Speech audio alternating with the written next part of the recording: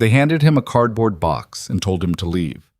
No warning, no ceremony, just 32 floors of glass and steel, a lobby full of people who wouldn't meet his eyes, and the sound of his own footsteps echoing across marble floors he had walked for 11 years. Mason Calloway didn't argue, didn't beg, didn't say a single word they could remember later. He just left. And 3 weeks later, the entire company collapsed. Not metaphorically, not slowly. It collapsed the way a building collapses when someone quietly removes the one beam holding everything else up. If you've ever been underestimated, overlooked, or replaced by someone who didn't understand what they were losing, this story is for you. Stay until the end. Hit that like button and drop a comment telling me what city you're watching from. I want to see how far this story travels. The problem with being indispensable is that nobody knows you are until you're gone. Mason Calloway understood this better than most people understand anything. He'd spent 11 years learning it the hard way, through late nights and silent weekends, through problems that didn't have names yet, and solutions he invented from scratch, at 2 a.m. while his son slept in the next room. He understood it the way you understand gravity, not because someone explained it, but because you felt the consequences of forgetting it. He was 32 years old. He had a son named Eli, who was 7 and had a gap between his front teeth and asked too many questions about dinosaurs. He drove a 2014 Honda Civic with a cracked dashboard and a coffee cup holder that only worked if you tilted the whole thing slightly to the left. He owned exactly 2 dress shirts, wore them on rotation, and hadn't bought new shoes since the year the company went public. None of that mattered to the people at Vertex Systems. What mattered, what had always mattered, even when they didn't have language for it, was that Mason was the person you called when nothing else worked. Vertex Systems had started as a mid-sized logistics and e-commerce infrastructure company. By the time Mason joined, fresh out of a state university with a computer science degree and no connections, it was already ambitious in the way that companies are ambitious before they understand what ambition actually costs. They had customers. They had contracts.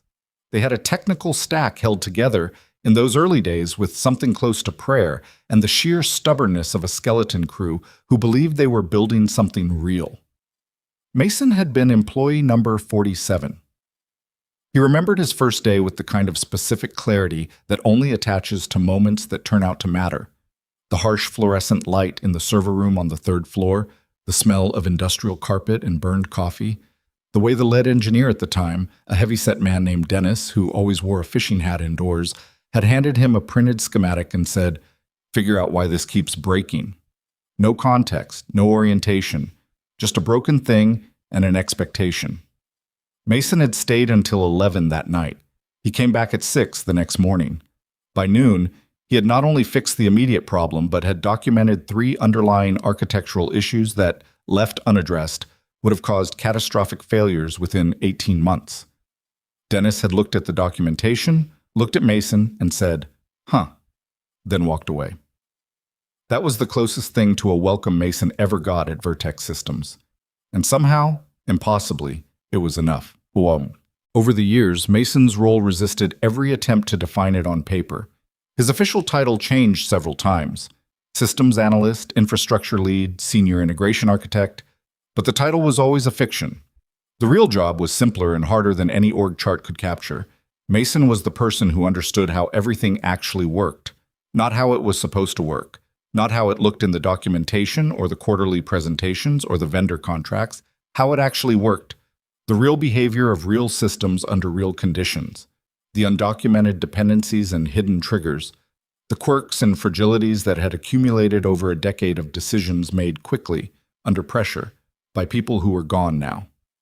He knew, for example, that the warehouse routing module on the East Coast distribution network had a timing sensitivity that only appeared during simultaneous peak loads on 2 specific server clusters, and that the only way to prevent it from cascading was to manually stagger initialization sequences in a specific order during certain maintenance windows.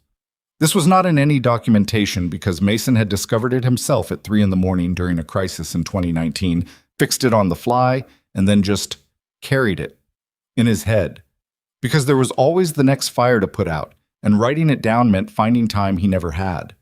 He knew that one of the primary database clusters had a memory allocation behavior that appeared normal in all monitoring dashboards, but would silently degrade performance over a 72-hour cycle unless you knew exactly which process to restart and when. He knew which vendor integrations had authentication tokens that rotated on non-standard schedules. He knew which legacy modules communicated through an undocumented internal API that existed because 8 years ago, someone had built a workaround for a problem that no longer existed. But removing the workaround would break 4 other things, so it stayed. He kept all of this in a mental architecture that was, in its way, a more accurate representation of Vertex systems than anything written in any official record anywhere. And he kept it quietly. That was important. Mason wasn't quiet because he was passive or because he'd given up on being seen. He was quiet because he'd learned early that the people who needed to solve problems spent less time explaining themselves and more time solving. Every hour he spent justifying his existence was an hour he wasn't spending on the actual work. The math was simple. His wife Claire had understood this about him. She had also, at various points, found it enormously frustrating. "You do twice the work and get half the credit," she told him once, 5 years into their marriage, while they were washing dishes after Eli's second birthday party. "That's not noble, Mason. That's just unfair." "It's fine," he'd said. "You always say that." "Because it's always fine." She had flicked soapy water at him. He'd laughed. And then, because she was Claire and she understood him better than anyone, she'd let it go. Not because she agreed, but because she knew he wasn't going to change, and she'd made peace with loving the whole person, not just the parts she'd have designed differently. Claire had died of a brain aneurysm 4 years later, sudden, no warning. There one morning and gone by the afternoon, and the world had simply continued turning with a brutality that Mason still, on certain nights, found incomprehensible. Eli had been 3. He wouldn't remember her, not really. Just fragments, impressions, the ghost of a smell or a sound. That was the part that broke Mason on the nights he let himself break, which he tried to keep to a minimum because Eli needed a father who functioned. So Mason functioned. He worked, and he cooked, and he helped with homework, and he showed up to every school event he could manage. And he carried Vertex systems on his back in the quiet, invisible way he always had. And he told himself it was fine. Mostly, he even believed it. The announcement came on a Tuesday in March. Mason found out the same way everyone else did. A company-wide email with Sienna Brooks' name in the sender line and a subject heading that read, "Exciting news, Vertex Systems' next chapter." He read it at his desk, eating a sandwich he'd made the night before because the cafeteria line was always too long, and he felt the particular chill that comes with reading something that sounds good but doesn't feel right. Sienna Brooks had been brought in 8 months earlier as Chief Executive Officer. She was 30 years old and had an MBA from Wharton and a track record at 2 other companies that investors found very compelling. She was sharp, articulate, and genuinely confident in a way that wasn't performance. She actually believed in her own instincts, which Mason had always considered both her greatest strength and the thing most likely to get her into serious trouble someday. She'd been pleasant to Mason in the few interactions they'd had. Professional, occasionally asking him to brief her on specific technical concerns. She listened well, asked smart questions, and then made decisions that had nothing to do with what he told her, which was her right as CEO and his signal to stop offering opinions nobody was acting on. The email announced a transformational restructuring of Vertex Systems' technical infrastructure. A new Department of Engineering Excellence. 30 engineers, hired over the past 6 weeks from some of the best technology firms in the country. A modernization initiative. A move away from single points of dependency toward distributed, redundant, documented systems. No company should be vulnerable to the loss of any one individual, the email said. Our new engineering structure ensures that Vertex Systems' technical operations are resilient, scalable, and future-ready. Mason read this paragraph twice. Then he read the attached organizational chart. His name did not appear on it. He finished his sandwich. He had half a bag of chips left, and he ate those too, looking at the org chart, and then he opened his bottom desk drawer and found a cardboard box from an Amazon delivery he'd never thrown away and started putting his things in it. He didn't wait for someone to come tell him. That felt important, though he couldn't entirely explain why. Something about not making them say the words. Something about walking out on his own terms, even if there were no terms left that were actually his. He had a small cactus on his desk, a squat round thing Eli had given him for Father's Day 2 years ago, with a card that said, "Dad, you are tough like a cactus," in 7-year-old handwriting that was mostly just loops. He put the cactus in the box. He put in a framed photo of Eli, a spare laptop charger, a coffee mug, and a small notebook he'd been using to jot down technical observations for a documentation project he'd been meaning to start for 3 years and now never would. He took the box and walked to the elevator. Several people watched him. Nobody said anything. There's a particular quality to office silence when something uncomfortable is happening and everyone has decided, collectively, not to acknowledge it. A kind of practice blindness that Mason had always found more alienating than outright cruelty. In the lobby, he ran into Derek Osman, who had been his unofficial liaison to the executive team for the past 2 years, and who had the expression of a man watching someone he'd just pushed off a bridge actually hit the water.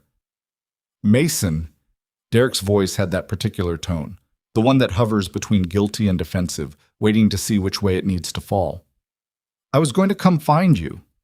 "It's fine," Mason said. "The transition, Derek." Mason shifted the box to his other arm. "I've got Eli's pickup at 3:15. I should get moving." Derek looked at the box. He looked at Mason. He was clearly searching for something to say that would make this less awful, and coming up empty, which Mason respected more than any of the things he might have said.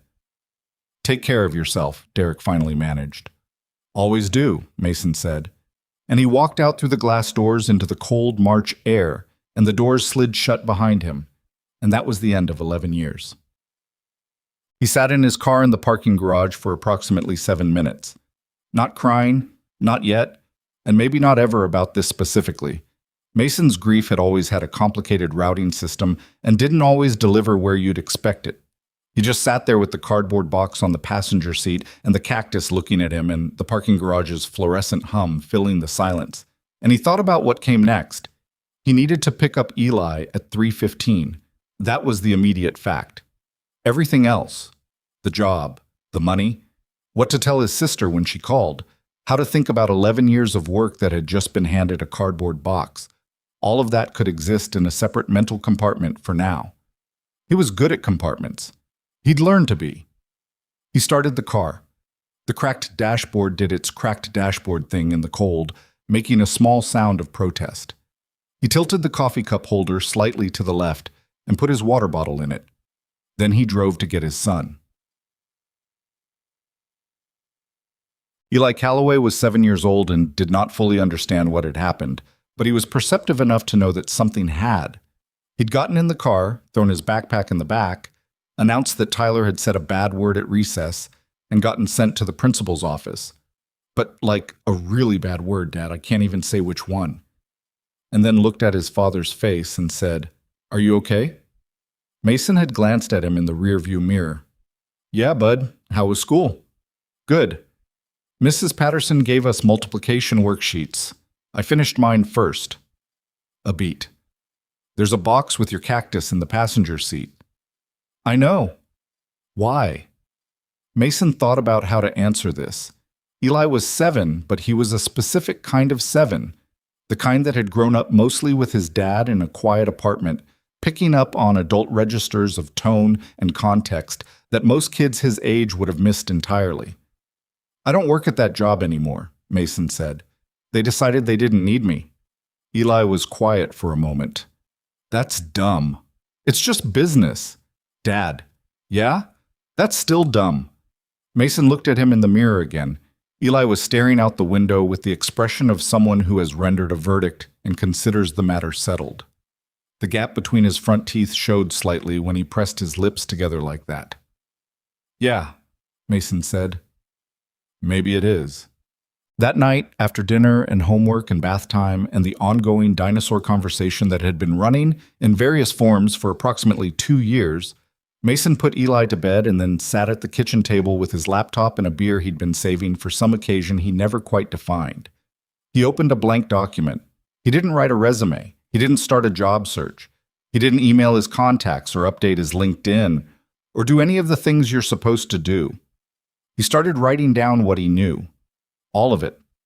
The memory allocation cycle on the primary database cluster, the initialization sequence for the East Coast routing module, the authentication token schedules, the undocumented API, the 17 other things that lived in his head and nowhere else that the 30 new engineers currently celebrating their arrival at Vertex Systems did not know and had no way of knowing because they'd never been told, and the man who could have told them was currently sitting in his kitchen at 11:30 at night, drinking a beer that tasted like nothing in particular. He wrote for 3 hours. He didn't know why exactly. The documentation couldn't help him. It was too late for that. But it felt like the right thing to do, like putting your tools away properly before you leave a job site, even a job site you've just been fired from. A matter of basic dignity. The systems he'd tended for 11 years deserved to exist on paper, even if nobody at Vertex Systems would ever read what he'd written. He saved the file, named it VS_system_architecture_notes_M Callaway. Closed the laptop, finished the beer, went to bed. He spent the next week doing practical things.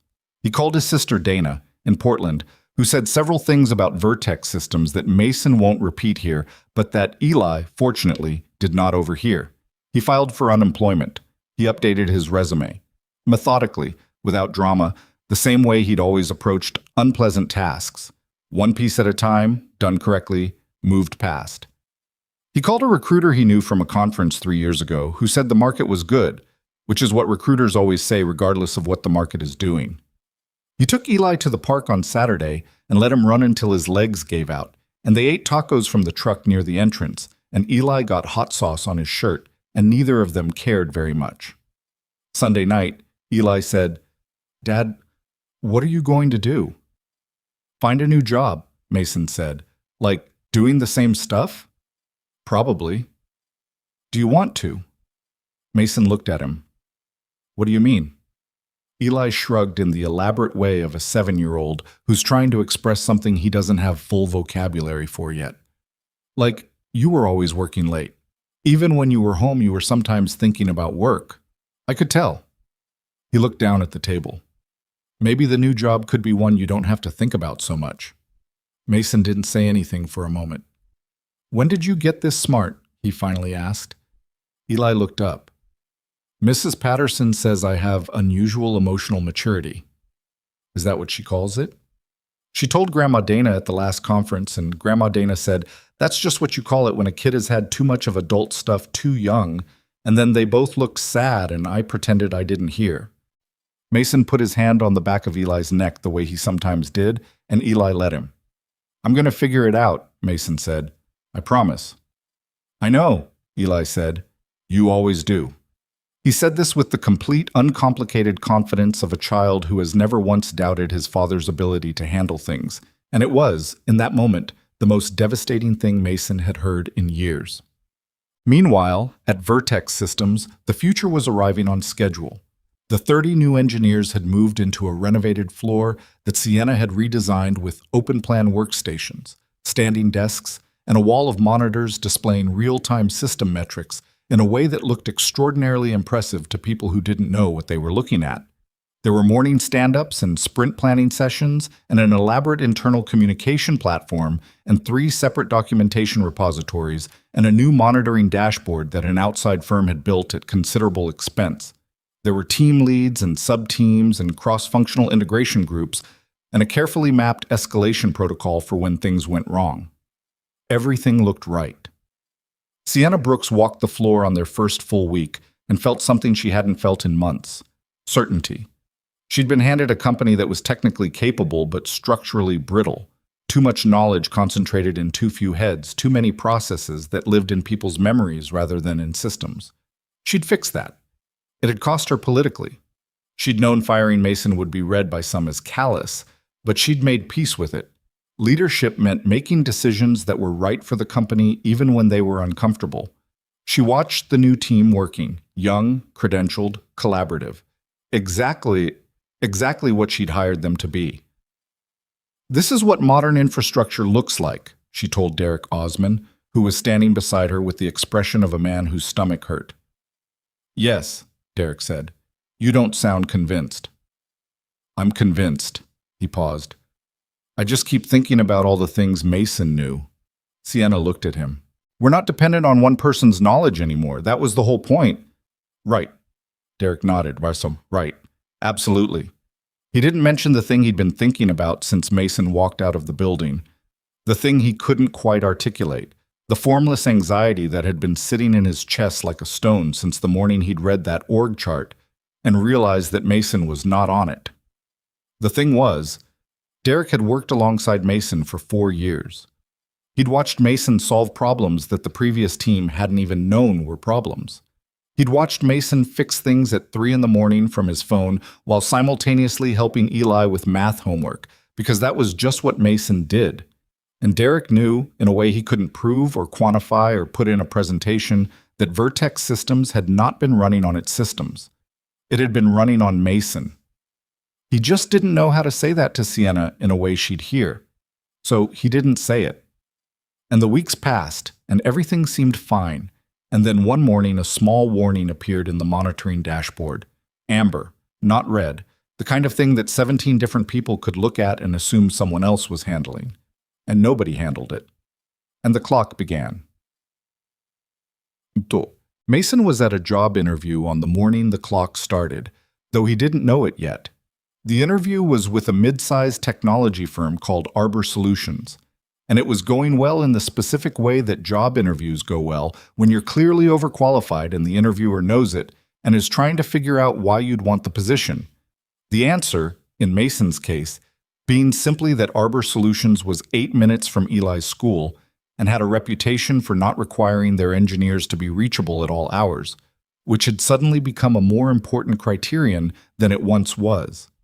The interviewer, a woman named Patricia with reading glasses on a chain and the organized energy of someone who had conducted approximately 10,000 of these, asked him to describe his most significant technical achievement at his previous employer.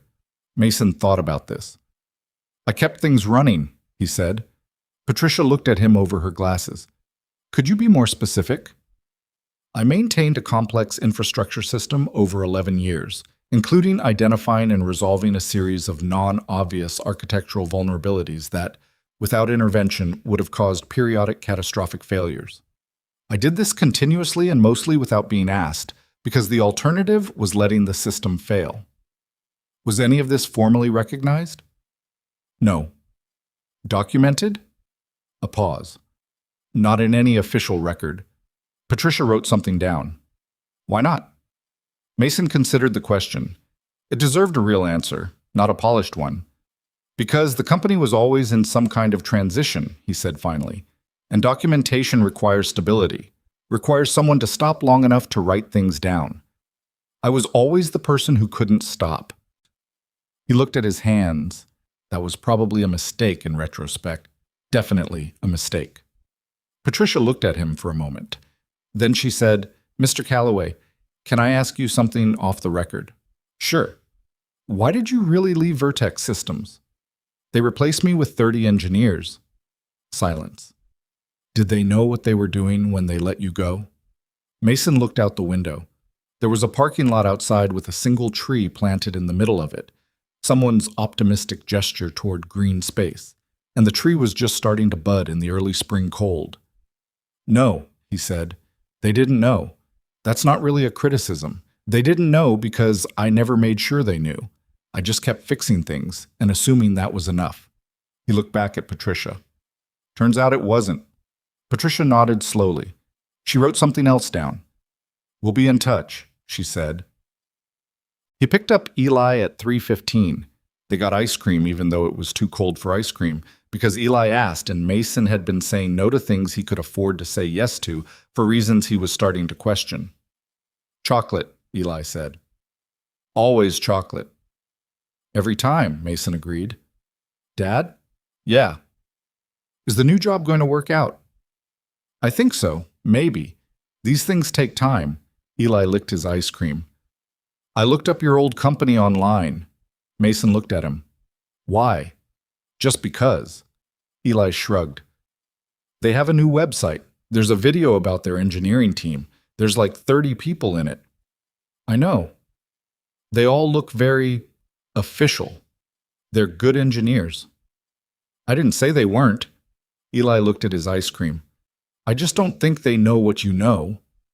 Mason watched his son.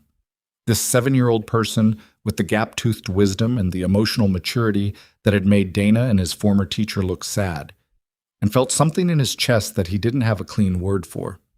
Something compounded of grief and pride, and the particular loneliness of being seen, really clearly seen, by only one person in the world, and that person being 7 years old. Eat your ice cream, he said. Eli ate his ice cream. That night, after Eli was in bed, Mason opened his laptop and looked at the document he'd written, the 3-hour midnight exercise in putting everything he knew onto paper. He read through it. It was good. Thorough. The kind of documentation that Vertex Systems had always needed and never had time to create.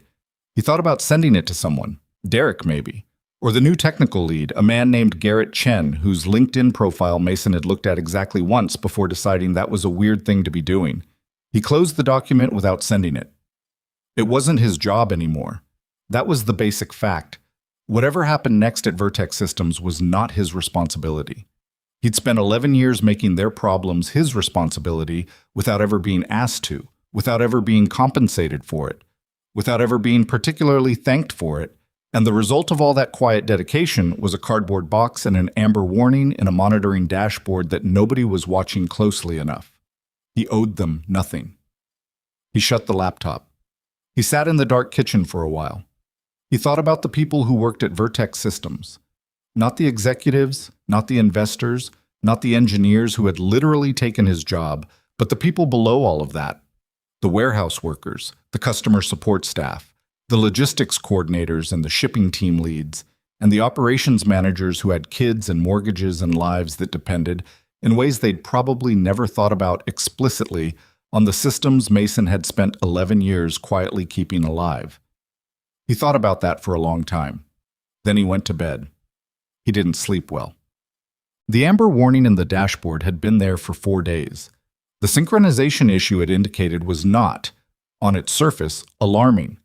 It was the kind of thing that appeared occasionally in complex distributed systems, that looked like a minor anomaly in the logs, that 18 different engineers could glance at and think, someone else's department, someone else's ticket, someone else's problem.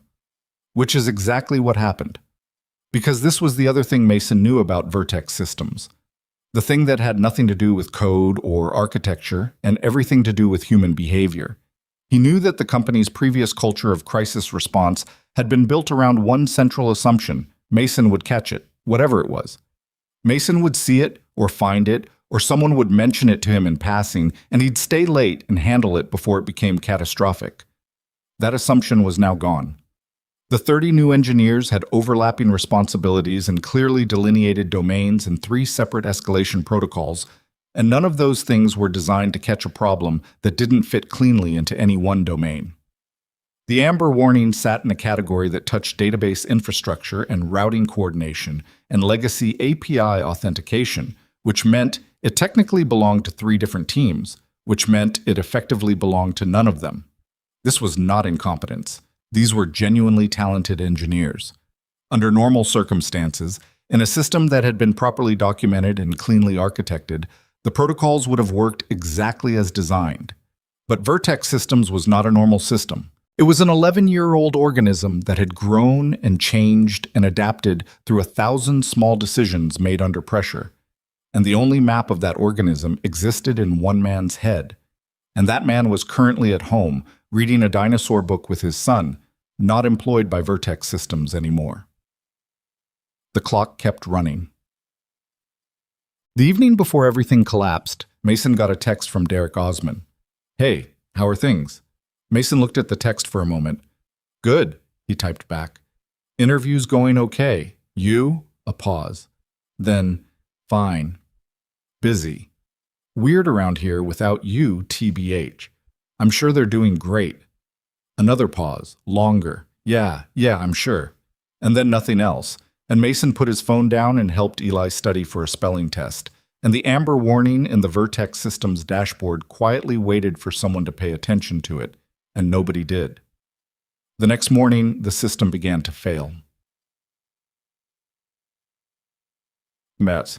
It started at 6:43 a.m., a routine database synchronization cycle, one that happened every 72 hours, one that Mason had been manually managing through a specific process he'd never documented, one that the monitoring system flagged with amber warnings that were designed to alert the person who knew what they meant, completed incorrectly. The failure was small, the kind of failure that disappears if you know what to look for and apply the right corrective sequence in the right order. Without that knowledge, it cascaded. By 7:15, 3 customer-facing order management systems were returning inconsistent data. By 8 o'clock, warehouse routing commands on the East Coast were conflicting with each other, sending duplicate instructions, missing update sequences, processing requests against outdated inventory states. By 9 a.m., the first customer complaints were coming in. Orders placed the previous day were showing as pending, completed, and canceled simultaneously depending on which part of the system you asked. Warehouse managers were calling operations coordinators. Operations coordinators were calling their managers. Managers were calling Derek.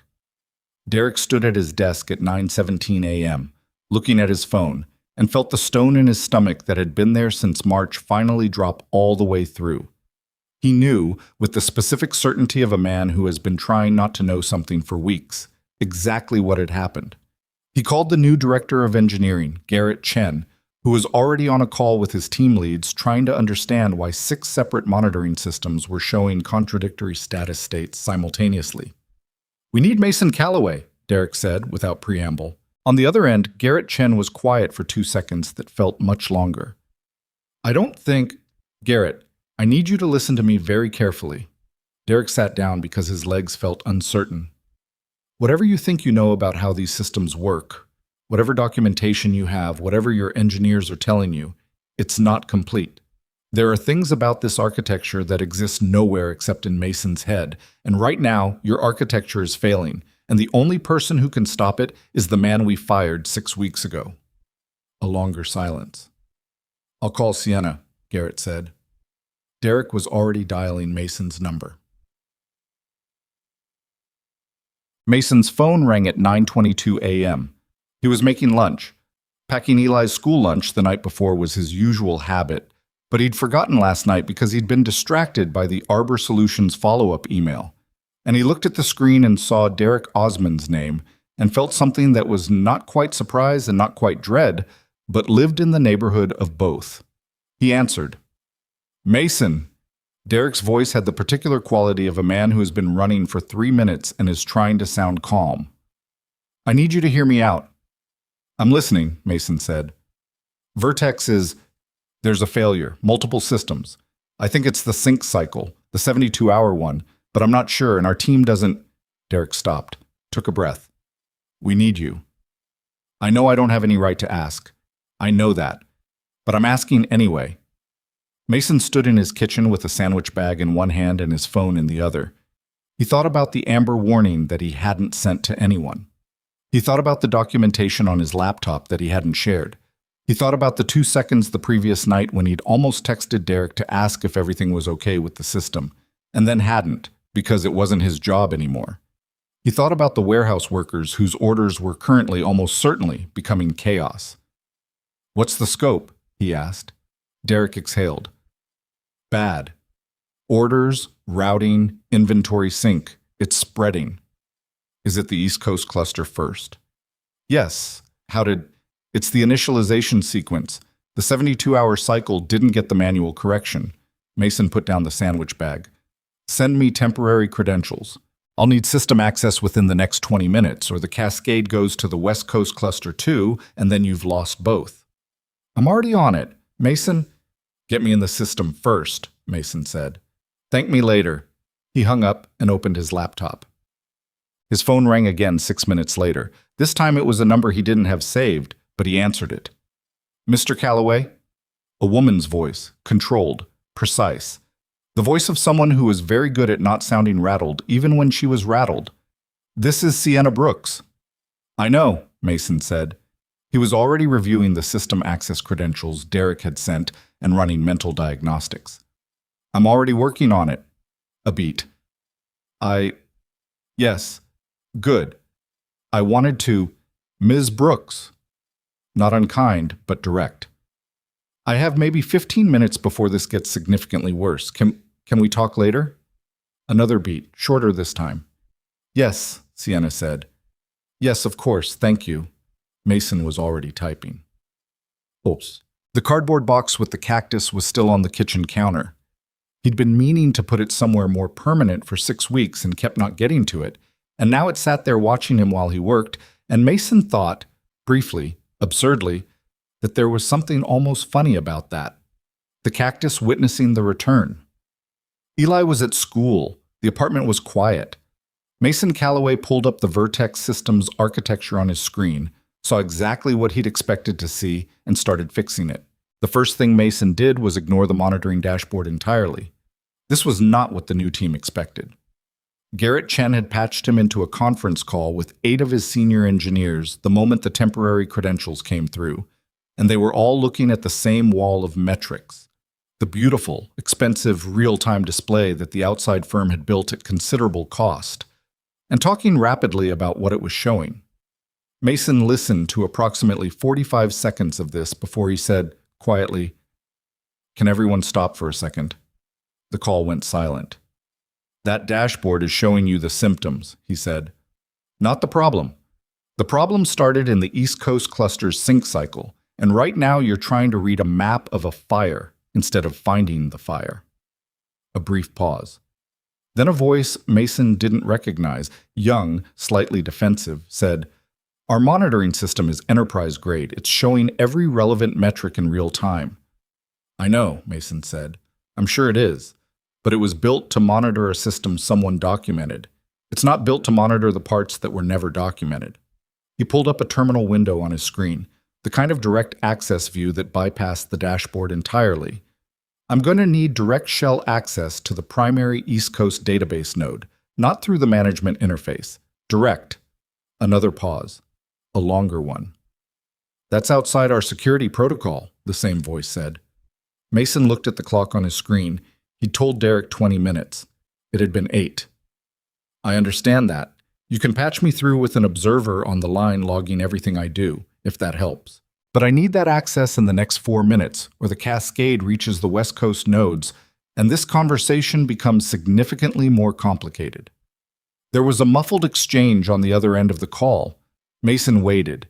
He used the time to map the failure sequence in his head, the way he always had, building the architecture in mental space, tracing the pathways the way a plumber traces pipes through walls he can't see. "Access is being granted," Garrett said. His voice had shifted. The administrator's careful neutrality was gone, replaced by something more honest, a man who had just realized he was standing on a floor he didn't know the material of. "Thank you," Mason said, and started working. The thing about fixing a system you built, or rebuilt, or quietly maintained for years, the thing nobody really talks about because it requires a kind of intimacy with broken things that most people find uncomfortable to admit to, is that you don't really think about it in language. It's not a verbal process. It's closer to muscle memory, except the muscle is pattern recognition, and the memory is 11 years of watching a system breathe and fail and recover and breathe again. Mason's fingers moved across the keyboard with the unhurried speed of someone who was not in a hurry because he was completely certain of what he was doing, which is different from the frantic certainty of someone who's guessing fast. He issued the corrective sequence for the initialization cycle, the manual intervention he'd performed every 72 hours, the one that had never made it into any documentation because it had always just been the thing he did, as automatic as checking that Eli's lunch was packed. For a moment, nothing visible changed. On the conference call, someone said, "Is it?" "Give it 90 seconds, Mason said. The 90 seconds passed in the specific silence of a room full of engineers watching metrics they couldn't yet interpret, all of them having some version of the same thought, which was, what is this man doing and why does he know how to do it? Then the East Coast cluster's synchronization status shifted from the red error state to amber. A collective exhale on the call. Mason barely registered it.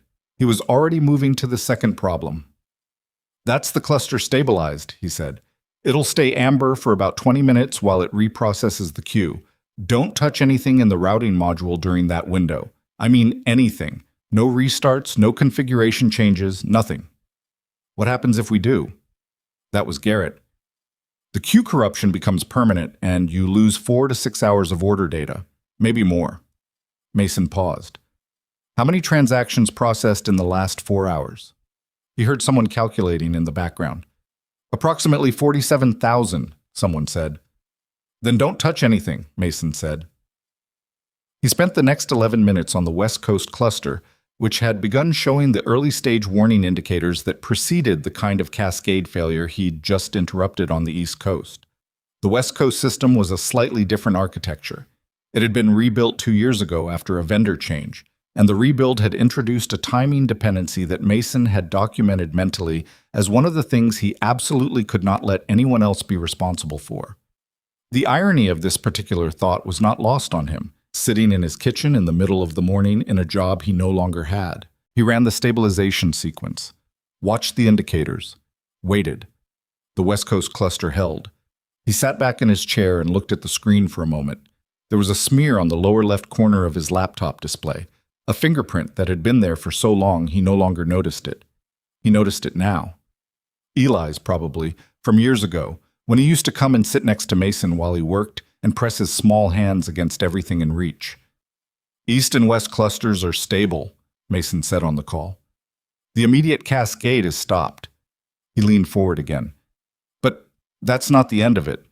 The customer order data that was processed during the failure window is corrupted. You've got conflicting states across your database shards. Some orders exist in multiple states simultaneously. That's going to take longer to resolve. How much longer? Garrett asked. Mason thought, not the performed thinking of someone buying time, but actual calculation. 2, maybe 3 days? Depending on how many people you can put on data reconciliation and whether they're willing to let me walk them through the legacy integration points. A silence that had texture to it. The texture of an organization collectively absorbing the distance between where it thought it was and where it actually was. Whatever you need, Garrett said. And this time, there was nothing administrative in his voice at all. Just a man, asking. Mason looked at the cactus. I'll need a secure workspace set up. On-site is better than remote for this. Too much of the diagnosis requires direct system observation. Can your team set that up by this afternoon? Yes. Okay. Mason closed the terminal window, opened another one.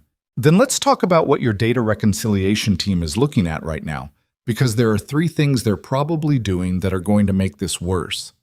He heard someone on the call say, very quietly, to someone else, "How does he know what we're doing?" He didn't answer that, but the truth was simple. He knew because he knew the system, and he knew the system, and the system had not changed.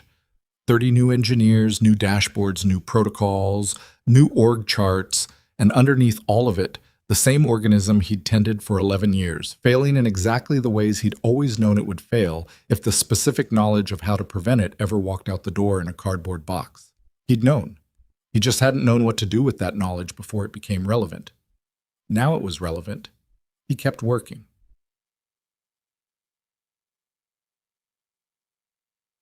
At 11:45, Mason's phone rang with Eli's school number. He stared at it for 2 seconds.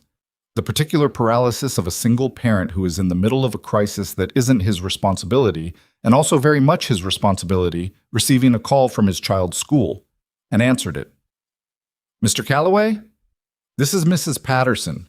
Eli's fine, she added immediately, clearly experienced at leading with this. But he's been asking to call you since around 10 this morning. He says it's important. I told him I'd check. Mason exhaled. Can I talk to him? A rustle. Then Eli's voice slightly hushed in the way of a kid trying to sound casual in a space where he's being observed. Dad? Hey, bud, I'm working. I know. Is it the old job? Mason paused. Why would you think that? Because you got that look this morning before I left. You get it when something's wrong with a computer thing. Also, I Googled Vertex systems during quiet reading time, and there are like 100 tweets about orders not working.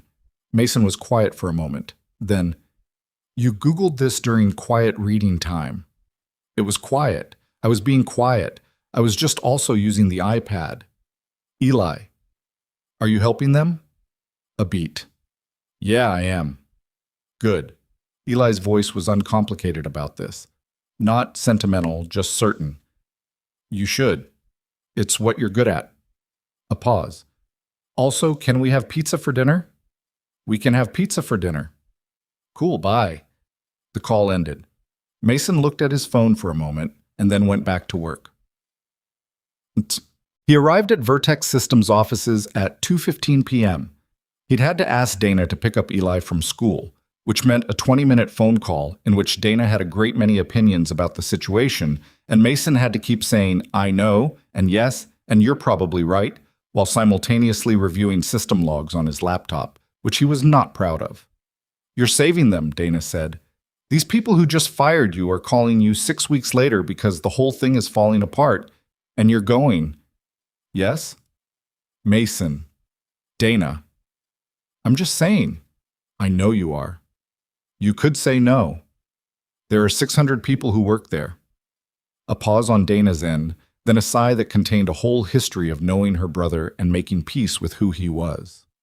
Fine, I'll get Eli, but you're explaining to him why you missed pizza night. It won't be pizza night. We'll do pizza this weekend. That's what you always say. And we always do it. Another sigh. Yeah, okay. Go fix their mess. He drove to Vertex Systems in the 2014 Honda Civic with the cracked dashboard, and he parked in a visitor spot because he didn't have an employee badge anymore, and he walked through the glass doors of the building he'd walked through almost every working day for 11 years with a laptop bag over one shoulder and the particular feeling of someone returning to a place that no longer belongs to them. The lobby was the same, the marble floors with the same echoing acoustic quality, the same corporate art on the walls, the same security desk. The guard on duty was a man named Hector, who had been there as long as Mason had and who, when he saw Mason coming, stood up straighter and had the expression of a man who's been waiting to say something. Mr. Calloway. Hey Hector, how's your daughter? Graduated last month, pre-med. He said it with the pride of a man who has been waiting for an opportunity to say this. She wants to be a surgeon. Tell her congratulations. I will. Hector processed his visitor badge with hands that moved more carefully than the task required, like a small ceremony. It's good you're here. Mason looked at him. Yeah? Place has been, Hector considered, different. Different bad or different? Hector handed him the badge. You'll see. He went up. The engineering floor felt simultaneously familiar and entirely wrong. The physical space had been renovated. The open plan layout, the standing desks, the wall of monitors. It was modern in the way of spaces designed to look modern to people who associate modernity with open floor plans and good lighting, and Mason had nothing against any of it in principle. The people were at their stations, working, the focused intensity of a team in crisis response mode. But the thing about walking onto a floor where you used to work and now don't is that you see it differently. You're not inside it anymore. You're adjacent to it, and the adjacency shows you things that being inside it hides. What Mason saw was 30 capable, highly qualified engineers who did not know where they were. They had the tools, they had the credentials, they had each other, and the protocols, and the monitoring dashboard with its beautiful real-time displays. What they did not have was the felt sense of the system, the intuition built from years of living with something until you understand it the way you understand weather, not from meteorology, but from having stood in enough storms. They knew the system the way you know a city from a map. Mason knew it the way you know a city you grew up in. You don't check the map. You feel when you've turned wrong. Garrett Chen met him at the elevator. He was maybe Mason's age, possibly younger. It was hard to tell, with the quietly exhausted face of a man who had been confident this morning and was no longer sure what confidence should feel like. They shook hands. Garrett's grip was firm, but his eyes were the eyes of someone who was doing a fast recalculation in real time, adjusting every assumption he'd made about this situation against the new information of Mason standing in front of him. Thank you for coming, Garrett said. Let's look at the data reconciliation queue, Mason said. It wasn't rude. It was just where Mason's attention was. and both of them knew that was what mattered. Garrett nodded once and led him to a workstation.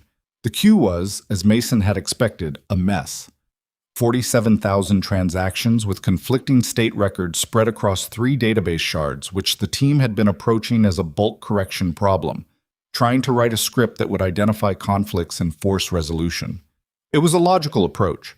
It was also going to corrupt an estimated 12 to 15% of the records permanently, because it didn't account for the specific behavior of Vertex's legacy order management module when receiving bulk state updates. Mason looked at the script, looked at the queue, looked at the engineer who'd written the script, a young woman named Priya who had clearly been working on it for hours and had the slightly frantic energy of someone who knew they were close to a solution and wasn't sure if close was close enough. "This is good work," Mason said, and meant it. "The architecture is right. There's one problem with it." Priya looked at him. Her expression was the expression of someone who has been praised and criticized in the same sentence and isn't sure which one to respond to first. "The legacy order module," Mason said. "When it receives a bulk state update on records that are currently flagged as conflicted, it initiates a separate reconciliation process internally. That process runs on a delay and overwrites whatever you just wrote. So your script runs, looks like it worked, and then 40 minutes later the module finishes its internal process and you're back to the conflicted state." Priya stared at him. "That's not in the documentation." "No," Mason said. "It's not." "How?" She stopped. Started again. "How do you know that?" "I discovered it in 2021 during a smaller version of this problem. Documented it in my own notes. Never transferred it to the official records. That was my mistake." He meant this. He didn't say it to be performative about accountability. He said it because it was true, and because Priya deserved the honest version of how this had happened. "We can fix this, but the approach needs to change. You have to disable the module's internal reconciliation process before you run the state corrections, then re-enable it and let it run clean afterward. I can write the disabling sequence." Priya looked at the script she'd spent hours on. Then she looked at Mason. "Okay," she said, "show me." That was it. No territorial defense, no wounded pride, just, "Okay, show me." Mason liked her immediately for it. He sat down at an adjacent station. "Pull up the module's service configuration. I'll talk you through it." By 4 o'clock, 2 of the more experienced engineers on the reconciliation team had pulled their chairs over to Mason's station without being asked, the way people gather around a campfire.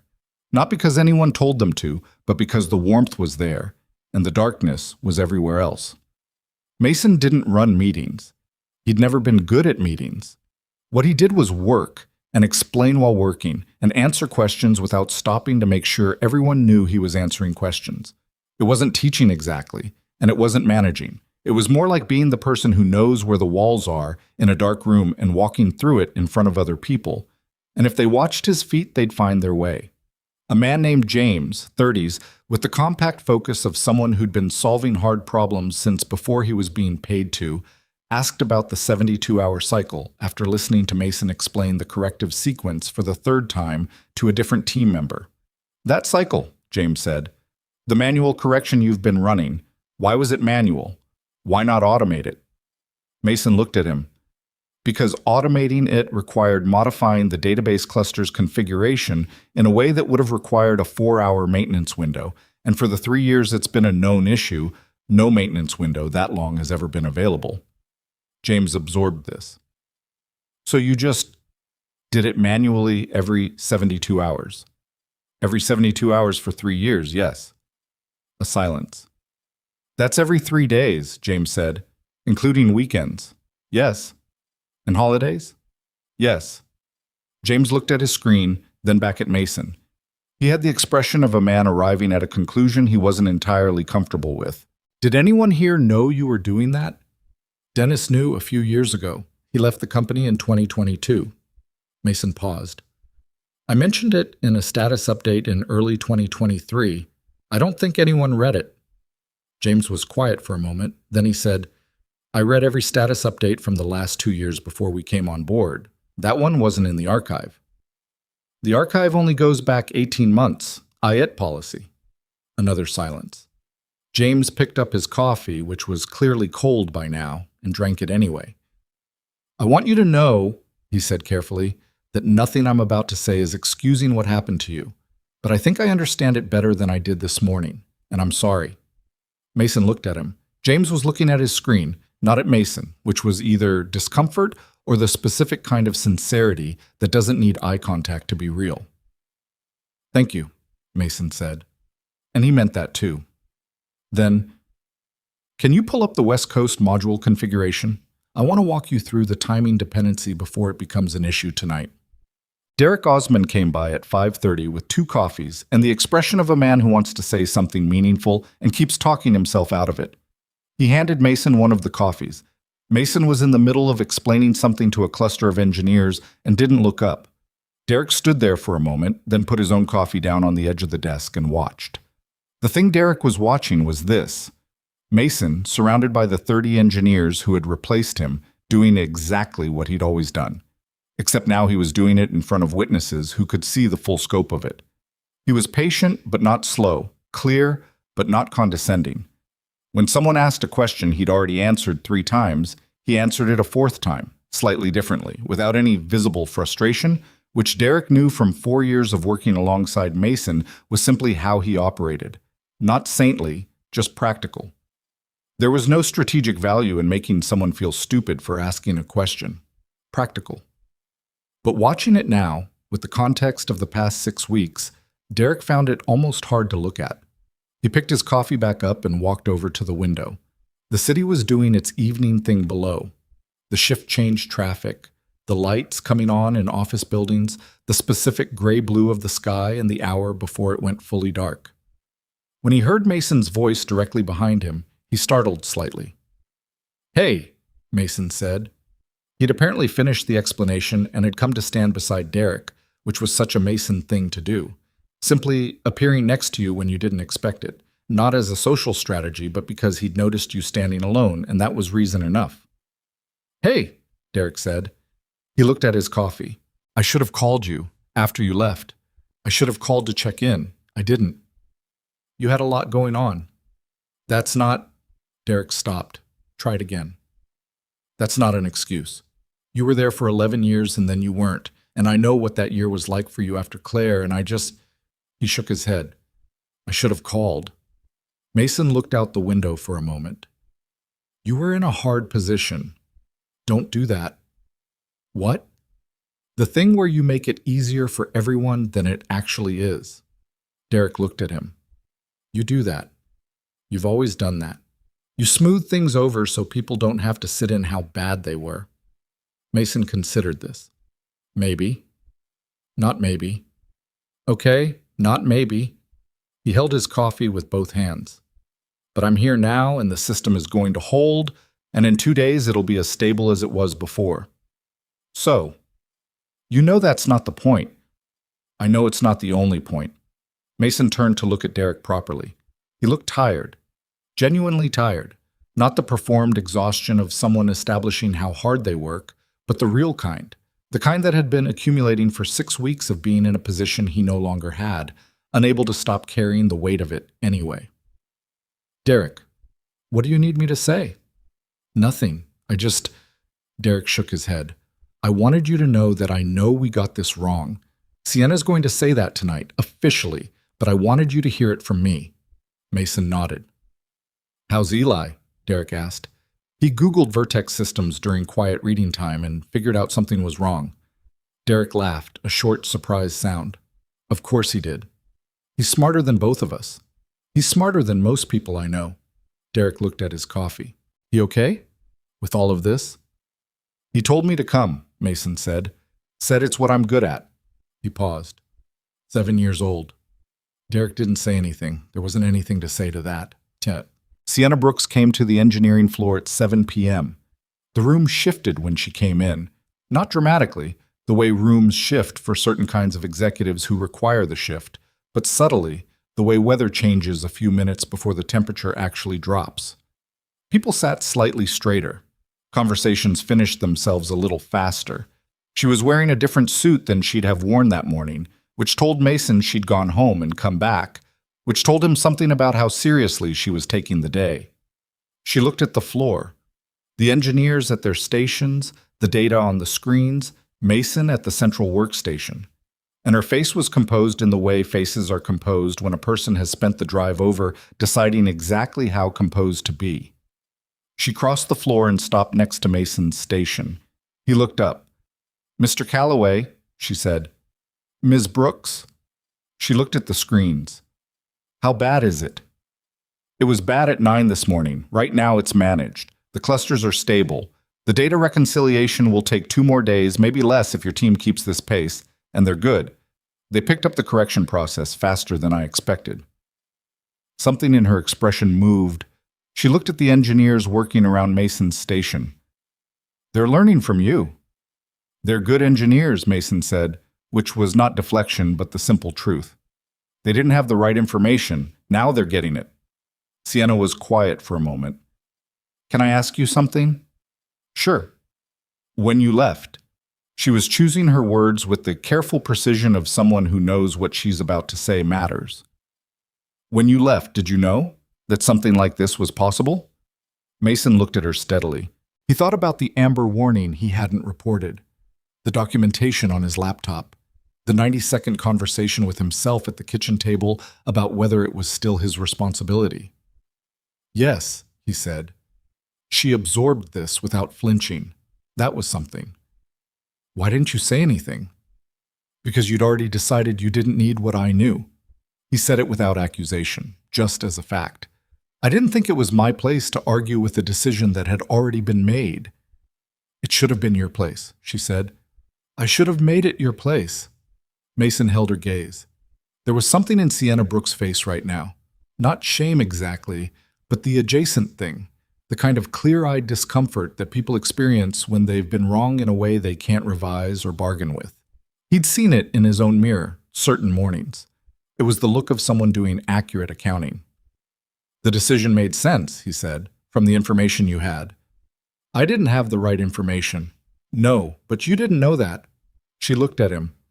"Are you actually trying to make this easier for me right now?" "Derek said I'd do that." "Derek is right." Mason almost smiled. Not quite. "I'm trying to be honest. The decision made sense to you based on what you knew. What you didn't know was what I knew, and part of that was my failure. I should have documented things better. I should have made the knowledge transferable. I kept it in my head because it was faster and easier, and in the short term it always was, but long term," he gestured briefly at the room around them. "Long term, this is what that choice looks like." Sienna was quiet. "I still should have found out," she said finally. "I'm the CEO. Finding out is my job." "Yes," Mason said. "It is." They looked at each other across the desktop, two people being honest with each other in the way that is only possible after a significant enough disaster has burned away the usefulness of anything else. "Tomorrow," Sienna said, "when things are slightly less on fire, can we talk?" "Yeah," Mason said. "We can talk." She nodded. Looked at the screens one more time, then she turned and walked back across the floor, and the room subtly shifted back, and Mason returned to the reconciliation queue. He worked until 11:30.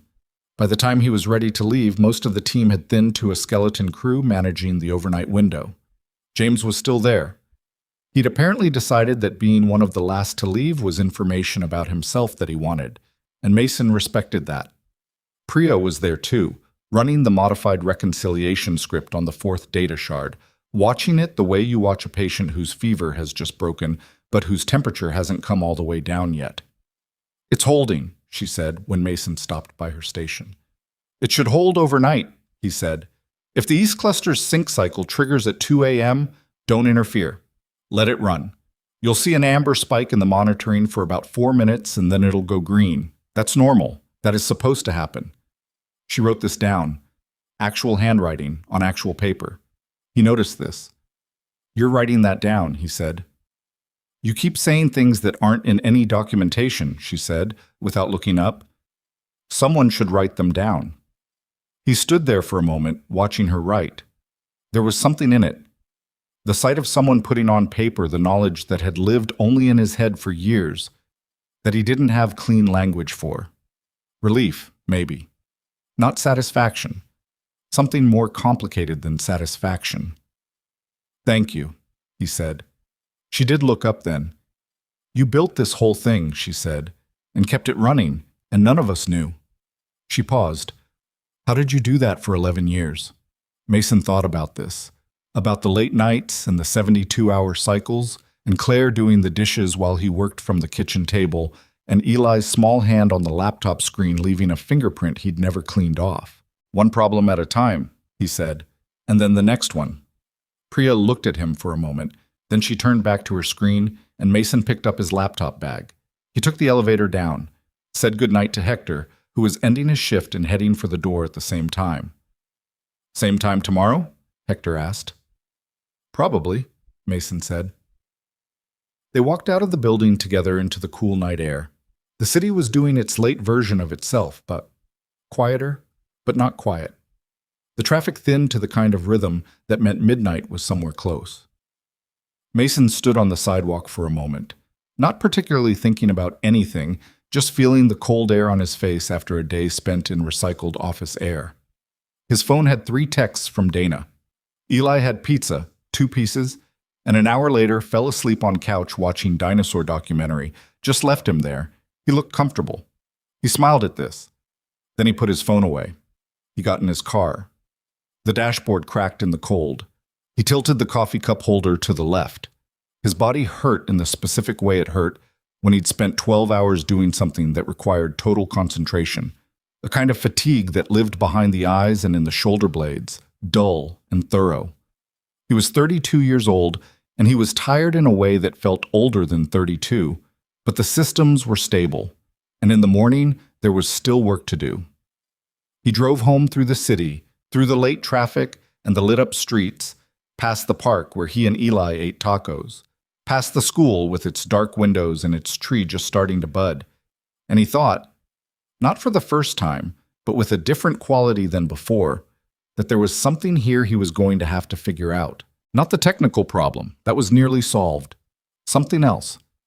Something about the future, about what the next chapter of his life was supposed to look like, about whether 11 more years of the same arrangement, the same quiet invisibility, the same knowledge kept in his head and carried alone, was what he wanted, or just what he was used to. He didn't figure it out that night. He got home, looked at Eli asleep on the couch under a dinosaur blanket Dana must have found in the closet, turned off the TV, which was still playing something about velociraptors, and sat in the dark kitchen for a few minutes with a glass of water. Then he went to bed. But he kept thinking, and that, for Mason, was how everything important had always started. He woke up at 5:15 without an alarm. This was not unusual. Mason's body had been keeping its own schedule for years, the kind of internal clock that doesn't care what time you went to bed, only what time things need doing. He lay in the dark for a moment, listening to the apartment's particular silence, the refrigerator hum, and the distant sound of a bus on the street below, and Eli's breathing through the half-open bedroom door across the hall. Then he got up, made coffee, and opened his laptop at the kitchen table. He'd been thinking, in the loose way of early morning, about the second database shard. The reconciliation script Priya was running had handled the first 3 shards in a reasonably clean sequence, but the 4th shard had a dependency relationship with an authentication table that Mason had been turning over in his mind since he left the building the night before. The dependency wasn't obvious. It wouldn't show up in any structural analysis because it wasn't a formal dependency. It was a behavioral one, the kind that emerged from the specific order in which 2 separate processes happened to initialize on boot cycles that nobody had ever thought to examine together. He wrote himself a note. Then he wrote another one. Then he sat there in the 5 a.m. dark with his coffee going cold, working through the problem in his head the way he always had, the mental architecture assembling itself in the quiet before the world started making noise.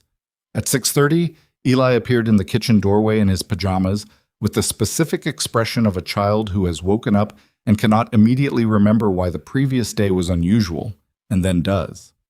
"You're home," Eli said. "I'm home." "Did you fix it?" "I'm still working on it." Eli considered this. He came and sat at the table, which was his habit in the mornings, not talking, just being nearby while Mason worked. The particular comfort of a kid who'd grown up with a parent who was often working and had made peace with the specific version of togetherness that allowed for. He poured himself a glass of orange juice with the practiced care of someone who has spilled it enough times to have learned something. "The dinosaur thing was on last night," he said. "I saw. I turned it off. It was the good one, about the raptors." "You've seen it 6 times. 7, Eli said. "It's good every time." Mason looked at him, at the gap-toothed face and the sleep-flattened hair and the orange juice held in both hands, at his son, who was 7 years old and had never known a morning that didn't have Mason in it somewhere, sometimes tired, sometimes distracted, sometimes running out the door with a half-eaten piece of toast, but always there, always present in whatever form present was available. "I'm going to be at Vertex Systems again today," Mason said, "and probably tomorrow. Dana's going to pick you up." Eli nodded. "You're okay with that?" Eli looked at him with the mildly offended expression of a child being asked a question he considers obvious. "Dad, it's fine. I'm 7, not a baby." "I know you're not a baby. Aunt Dana let me stay up until 9:30 last night." "I know she did. That's between you and your conscience." Eli appeared to find this funny, a small smile breaking through. Then he went back to his orange juice, and Mason went back to his notes, and they sat together in the early morning quiet, father and son at a kitchen table, which was its own complete thing, requiring nothing added to it. The second day at Vertex Systems was different from the first, in the way that second days are always different from first days. The adrenaline lower, the reality higher, the full shape of the problem visible in a way it hadn't been when everything was on fire. The immediate crisis was contained. The systems were stable, the data reconciliation was running, and the engineering team had absorbed enough of what Mason had shared the previous day to manage the overnight window without incident. The 2 a.m. sync cycle had triggered exactly as Mason predicted. The amber spike, the 4-minute hold, the green return. And Priya had been there at her station to see it, and had apparently sent him a text at 2:04 a.m. that just said green. "You were right," which he'd seen when he woke up, and which had made him feel something small and good. But stable was not fixed. Stable was the patient sitting up in bed and asking for water after you've stopped the bleeding. The actual healing was slower and less dramatic, and required a different kind of attention. Mason set up at the same workstation as the previous day. He'd brought his own coffee this time, a thermos, the kind that kept things hot for 6 hours, which Eli had given him for Christmas 3 years ago, and which had survived more crisis nights than Mason cared to count. He put it on the desk and opened his laptop and looked at the room. The team had reorganized themselves overnight. He hadn't asked them to. They'd done it on their own, shifting assignments in a way that concentrated people with specific expertise near the specific problems they were best positioned to solve. Someone, maybe Garrett, maybe James, had also started a shared documentation file that was visible on one of the monitors, and people were adding to it as they worked, capturing the undocumented knowledge Mason was surfacing in real time. He stood there for a moment looking at the documentation file, filling up with things that had existed only in his head for years, and felt the particular strangeness of watching the contents of your own mind become a public record. Garrett appeared beside him. They'd found a working rhythm the previous afternoon. Not a friendship exactly, but the functional mutual respect of 2 people who have correctly identified that they need each other and are adult enough to proceed on that basis. "How'd the overnight go?" Mason asked. "Clean. Your predictions were right to the minute." Garrett had a tablet in one hand with the overnight logs on it. "The team handled the 2 a.m. window themselves. I was watching remotely." "I saw Priya's text." Garrett almost smiled. "She's good." "She's very good." Mason meant this completely. In one day, Priya had absorbed more about the system's actual behavior than some people he'd worked with at Vertex had managed in 2 years. And the difference was simply that she was paying attention without a pre-existing map of what she expected to see. She was looking at the system as it was, not as the documentation said it should be. That was a skill. Not everyone had it.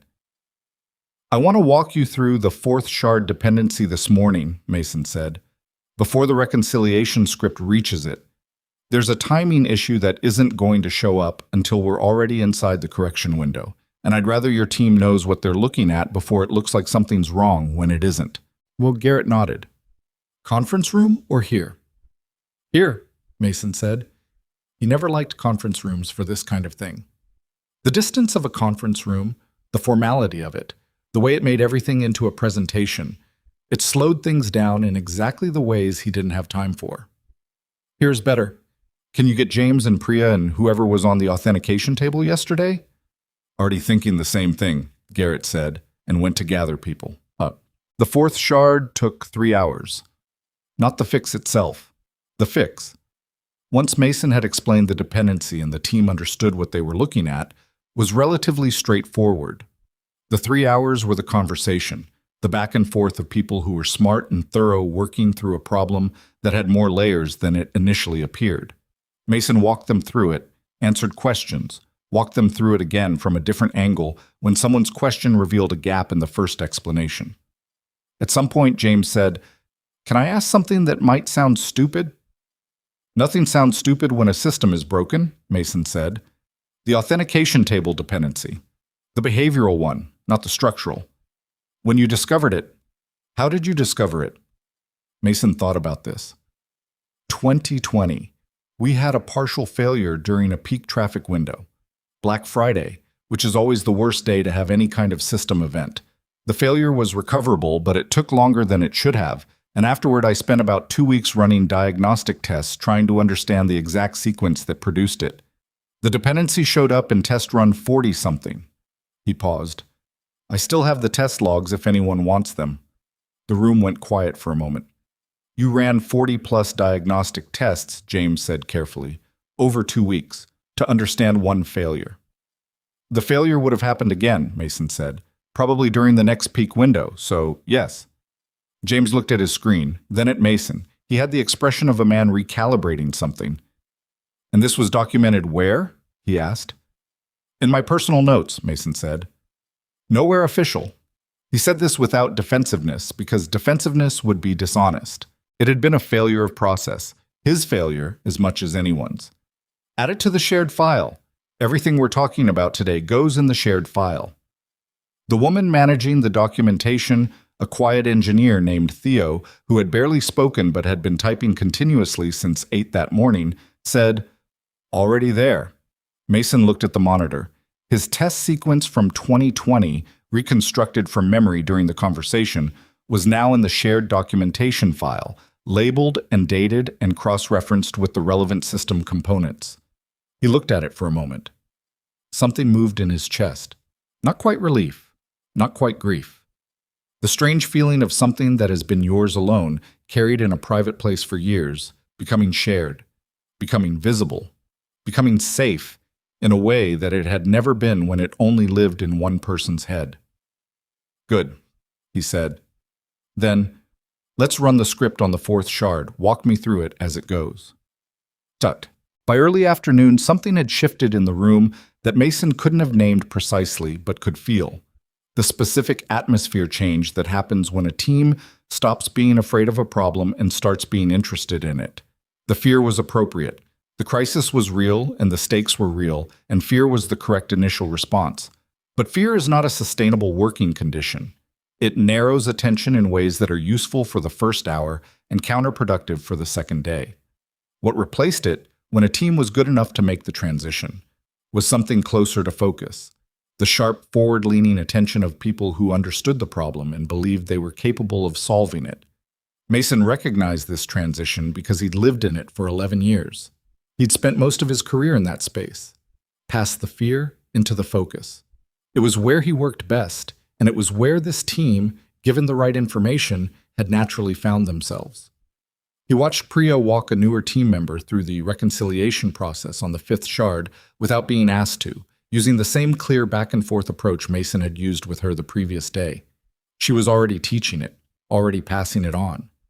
The knowledge was becoming distributed in real time, which was the only thing that mattered, ultimately. Not that Mason knew it, but that the system of knowing it was no longer dependent on any one person, himself included. There was something genuinely painful in this, which surprised him. He'd thought about the undocumented knowledge as a problem, a liability, something that had caused harm by being too concentrated in one place. And it was all of those things. But watching it become distributed, watching the thing he'd carried alone for years become a shared thing, he felt the loss of it alongside the rightness of it. Like setting down something that had been so long in your arms you'd forgotten it was a weight. He didn't mention this to anyone. There was no reason to. He refilled his thermos and went back to work. Sienna Brooks found him in the server room on the third floor at 2:15 in the afternoon. The third floor server room was the same one he'd walked into on his first day, 11 years ago. The same fluorescent light, the same particular cold air that all server rooms have, that specific smell of electronics and climate control, and something faintly metallic that Mason associated with the early part of his career more powerfully than any other sensory memory. It was not a room most executives ever came to. It required a badge and a specific access clearance and a willingness to walk away from the renovated floors where things looked like the future. Mason was there because one of the physical database nodes had a hardware indicator that didn't match what the software diagnostics were showing, which was a discrepancy small enough that anyone else would have logged a ticket and continued, but which Mason knew from 11 years of experience indicated a specific hardware behavior that could create a very particular problem in about 2 weeks if left unaddressed. He was examining the node directly, the way you examine anything when you want to know what it's actually doing rather than what it's reporting. He heard the door, looked up. Sienna Brooks, in a slightly less formal suit than the previous evening, had clearly figured out how to badge through to the server room, which meant she'd asked someone, which meant the conversation she'd been planning since the night before was happening now, on her schedule, which was fine with Mason. "Derek said I'd find you down here," she said. Figured. Mason turned back to the node. "You can come in. The cold is the worst part. It goes away after a few minutes." She came in, stood near him, looking at the racks of servers with the expression of someone trying to look interested in something they don't fully understand and not wanting to perform interest they don't have. "Is this what it always looks like down here?" she asked. "More or less. Dennis, the lead engineer before me, had a plant in here for a while. A very determined fern. Died eventually. Too cold." "How do you know that story?" "I found the pot. And the fern." Sienna looked around the room. Then she said, "I owe you an apology. Not in a conference room in front of the whole company, just directly, person to person." Mason was still looking at the node. "Okay. I made a decision based on incomplete information, and I made it with a confidence I hadn't earned. I thought I understood the company's technical infrastructure because I had reports about it, and I had meetings about it, and I had a plan that looked right on paper." She paused. "I didn't understand it at all." "You understood what was shown to you," Mason said. "The system I'd built only showed what I'd shown it to show, which wasn't everything." "Stop doing that. You're distributing the blame so evenly that nobody's actually responsible," Sienna said. "I've watched you do it with the team for 2 days. It's generous, and I understand why you do it, but I need you to let me sit in this for a minute." Mason turned to look at her. She was standing with her arms crossed, not defensively but braced, the posture of someone who has decided to have a hard conversation and is holding themselves steady for it. "Okay," he said. "I let you go without understanding what I was letting go.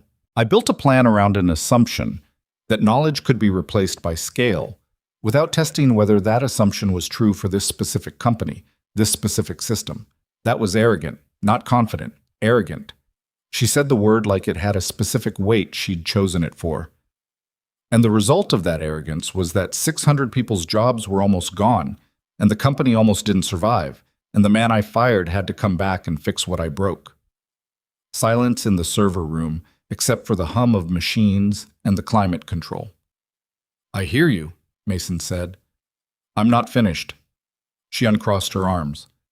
"I also want to say that the way you came back, without conditions, without making us feel the full weight of what we'd done before you helped, that was either the most professional thing I've ever witnessed or the kindest, and I'm not entirely sure which." Mason thought about this. "It wasn't kindness exactly," he said. "And it definitely wasn't about being professional. It was about the people who work here, the ones who aren't in this conversation." Sienna nodded slowly. "I know." She looked at the servers. My third day as CEO, I walked the warehouse floor, all three sites. I wanted to see the operation. There was a woman at the Phoenix facility. She'd been there 9 years. She walked me through the order fulfillment process like she was showing me something she'd built herself, which she had, in every way that mattered. She stopped. I thought about her yesterday, when the warehouses started getting conflicting instructions. Linda Reyes, Mason said. Sienna looked at him. You know her. I called her once, maybe 4 years ago, during a routing issue. She was the one who told me the real-world symptom before I could see it in the system diagnostics. He paused. She's the kind of person who knows her job better than any system you could build, and she also completely depends on the system working. So, he looked back at the node. That's why I came back. Sienna was quiet for a long moment. I want to talk about what comes next, she said. For you, for the company. Not yet, Mason said. Let me finish this first. She looked at the node. What are you doing? This hardware indicator is mismatched with the software diagnostic. It's telling me something the software isn't flagging yet. He pointed at a small amber light that was barely visible without knowing to look for it. In about 2 weeks, this node is going to have a partial memory failure. Probably at night, probably during a low-traffic window, so the impact will be small. But if nobody knows to watch for it, it becomes a regular recurring issue that looks like software instability and takes months to trace back here. Sienna stared at the amber light. How do you see that? I've been looking at these nodes for 11 years, Mason said. You learn what they look like when they're about to do something. She was quiet for a moment. Then she said, Is there more of this? Things like this that you know that aren't documented? Mason considered the honest answer. There's less than there was 2 days ago. Your team has been documenting everything I say as I say it. But yes, some things I haven't gotten to yet. Things that haven't come up because they're not current problems. He paused. There's probably a week's worth of conversations I could have with your team before I'm confident that the knowledge is fully transferred. A week, Sienna said. Give or take. She looked at him. Not the calculating look of an executive deciding whether something fits a timeline. Something more direct than that. Okay, she said. Then stay for the week. That evening, Mason called Dana from the parking garage. He did this not because the parking garage had any particular utility for phone calls, but because it was the transitional space, the place between the work and the home, where the compartments were technically adjacent, and he could hold both without either one taking over. He ate dinner, Dana said, before he could ask. Pasta. Not the good kind, the kind from the box, because I am not a short-order cook, and he will eat what's in front of him. He loves the box kind. Everyone loves the box kind. That doesn't make it nutritious. Dana. I'm just saying, he's fine. He watched 2 more dinosaur episodes and did his reading homework without being told, which means either he's becoming responsible or there's something I'm missing. He's pretty responsible for 7. He really is. A pause, the kind that has something behind it. He talked about you tonight. Yeah? He said... Dana stopped, started again. He said, Dad goes back when something needs fixing because that's just who he is. And then he went back to his dinosaurs. A beat. I sat there for like 3 minutes after that. Mason leaned against his car. The parking garage was cold and smelled of concrete and exhaust and the particular flatness of enclosed air. He's a good kid, he said. He's an exceptional kid, Dana said. He's exceptional because of you, in case that ever gets lost in the shuffle. She paused again. How are you actually doing? Not the fix-it version, actually. Mason thought about the server room, about Sienna's apology, about Priya at 2 a.m. saying, Green, you were right, about the documentation file filling up with the contents of his own head, about the amber light on the hardware node and the specific feeling of being, still, the only person in the building who could see it. I don't know yet, he said. That's honest. It's what I've got. Okay. Dana's voice had the warmth of someone who has known you for your entire life and has made complete peace with who you are. Come get your kid tomorrow after the work thing. I'm making him eat a vegetable even if it kills me. He likes carrots. Everyone likes carrots. Carrots are not impressive. Dana. Go home, Mason. Sleep.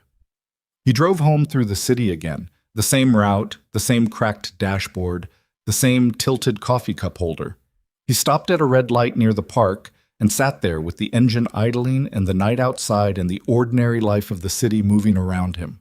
A couple walking a dog, a man on a bicycle, the yellow light in the window of an apartment building where someone was still awake at 10:30, doing whatever people do at 10:30 in lit windows. He thought about what Dana had said. He said, "Dad goes back when something needs fixing because that's just who he is." He thought about whether that was true, whether it was a virtue or a habit, whether there was a meaningful difference. He drove home. He slept. The third day was the day everything almost went wrong again, which nobody had predicted, and which Mason had in fact half predicted, but not specifically enough to prevent. It happened at 11 a.m. The reconciliation script had reached the sixth and final data shard, the smallest one, the one that had seemed the least problematic, the one the team had been treating as the easy finish line after 5 harder shards. Priya was running it with 2 other engineers, with Theo documenting in real time, and the initial indicators were clean. Then a process Mason hadn't thought to mention, a background archiving function that ran on an irregular schedule and had no fixed trigger, that he had genuinely not thought of in the 2 days of conversations, because it had never caused a problem and lived in such a remote corner of the system architecture that it hadn't surfaced in any of the conversations they'd had, woke up and ran. It ran because the reconciliation script state changes had hit a threshold that the archiving function interpreted, incorrectly, as a completed transaction cycle. And the archiving function, believing a cycle was complete, attempted to compress and archive the active data in the 6th shard while the reconciliation script was still writing to it. The result was a write conflict of a specific kind that Mason recognized in the first 5 seconds of the error cascade from across the room, before the monitoring system had finished generating its alerts.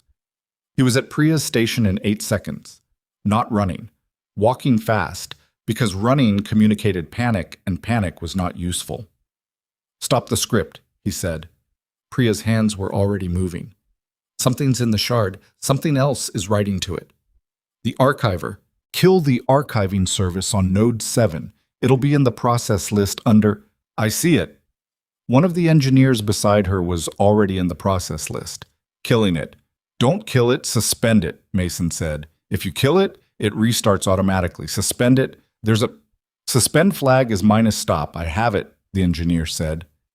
His name was Caleb, and this was the first time in 3 days Mason had seen him move with that speed. He'd been careful and thorough and good. But careful and thorough and good can look slow until the moment it needs to be fast.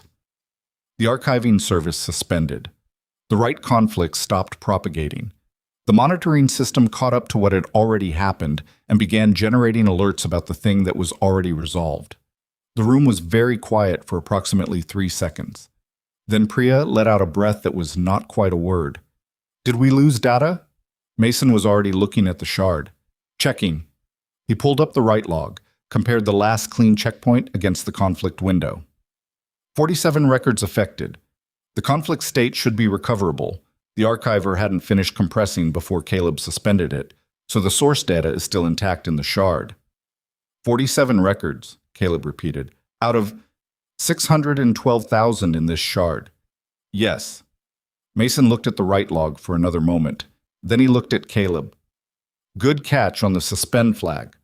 Caleb looked like a man who had not expected to be praised by Mason Calloway today and was not sure what to do with it.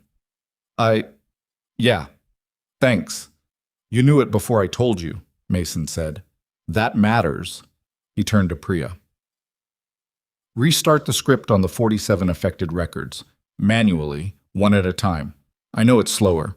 The archiver is still suspended and will stay that way until we're done with this shard, but I want the conflict records handled individually so we can verify each one. Understood, Priya said. She was already set up to do it. Mason stepped back, felt the room exhale around him. Garrett was behind him.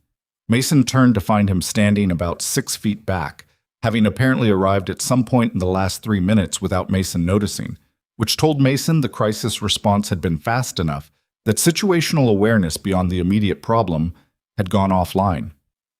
That was the archiver, Garrett said. The background archiving function on Node 7. It runs on an irregular schedule with no fixed trigger. I should have mentioned it 2 days ago. Mason looked at him directly. That one's on me. I didn't think of it because it's never been a problem. That's exactly the kind of thing I should have thought of anyway.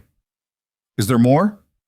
Garrett's voice was steady, not accusing, just asking.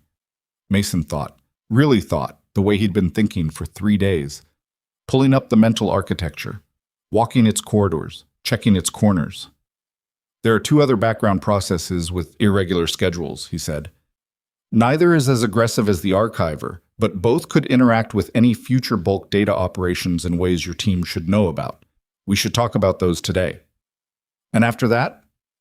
After that, I think we're close to comprehensive. He paused. Theo's documentation file covers about 90% of what I know at this point. The remaining 10% is the kind of thing that only comes up in edge cases. Situations so specific that predicting them in advance is mostly guesswork. The best I can do is make sure your team has the right instincts to catch those when they happen. Garrett nodded slowly. And do they? Your team? The instincts? Mason thought about Priya teaching a newer engineer without being asked, about James writing things down with a pen on actual paper, about Caleb knowing the suspend flag before Mason had finished the sentence, about Theo, who hadn't spoken more than 100 words in 3 days, but whose documentation was now the most accurate record of Vertex Systems' actual architecture that had ever existed. Yeah, Mason said. I think they do. At 4 in the afternoon, with the 6-shard reconciliation completed and the final write verification running clean, Mason sat down at an empty station in the corner of the floor and opened the shared documentation file on his laptop. He read through it. It took 40 minutes. 40 minutes to read what he'd been building in his head for 11 years, now translated into words that someone other than himself could understand and use and build on. It was not perfect.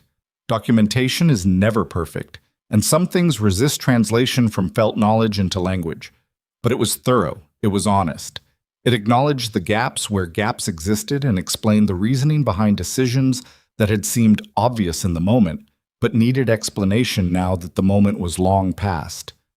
He found an error in one section, a timing value he'd given incorrectly, not by much, but enough to cause confusion during a specific maintenance window. He flagged it, corrected it, moved on. Priya appeared next to him. She'd done this, he'd noticed.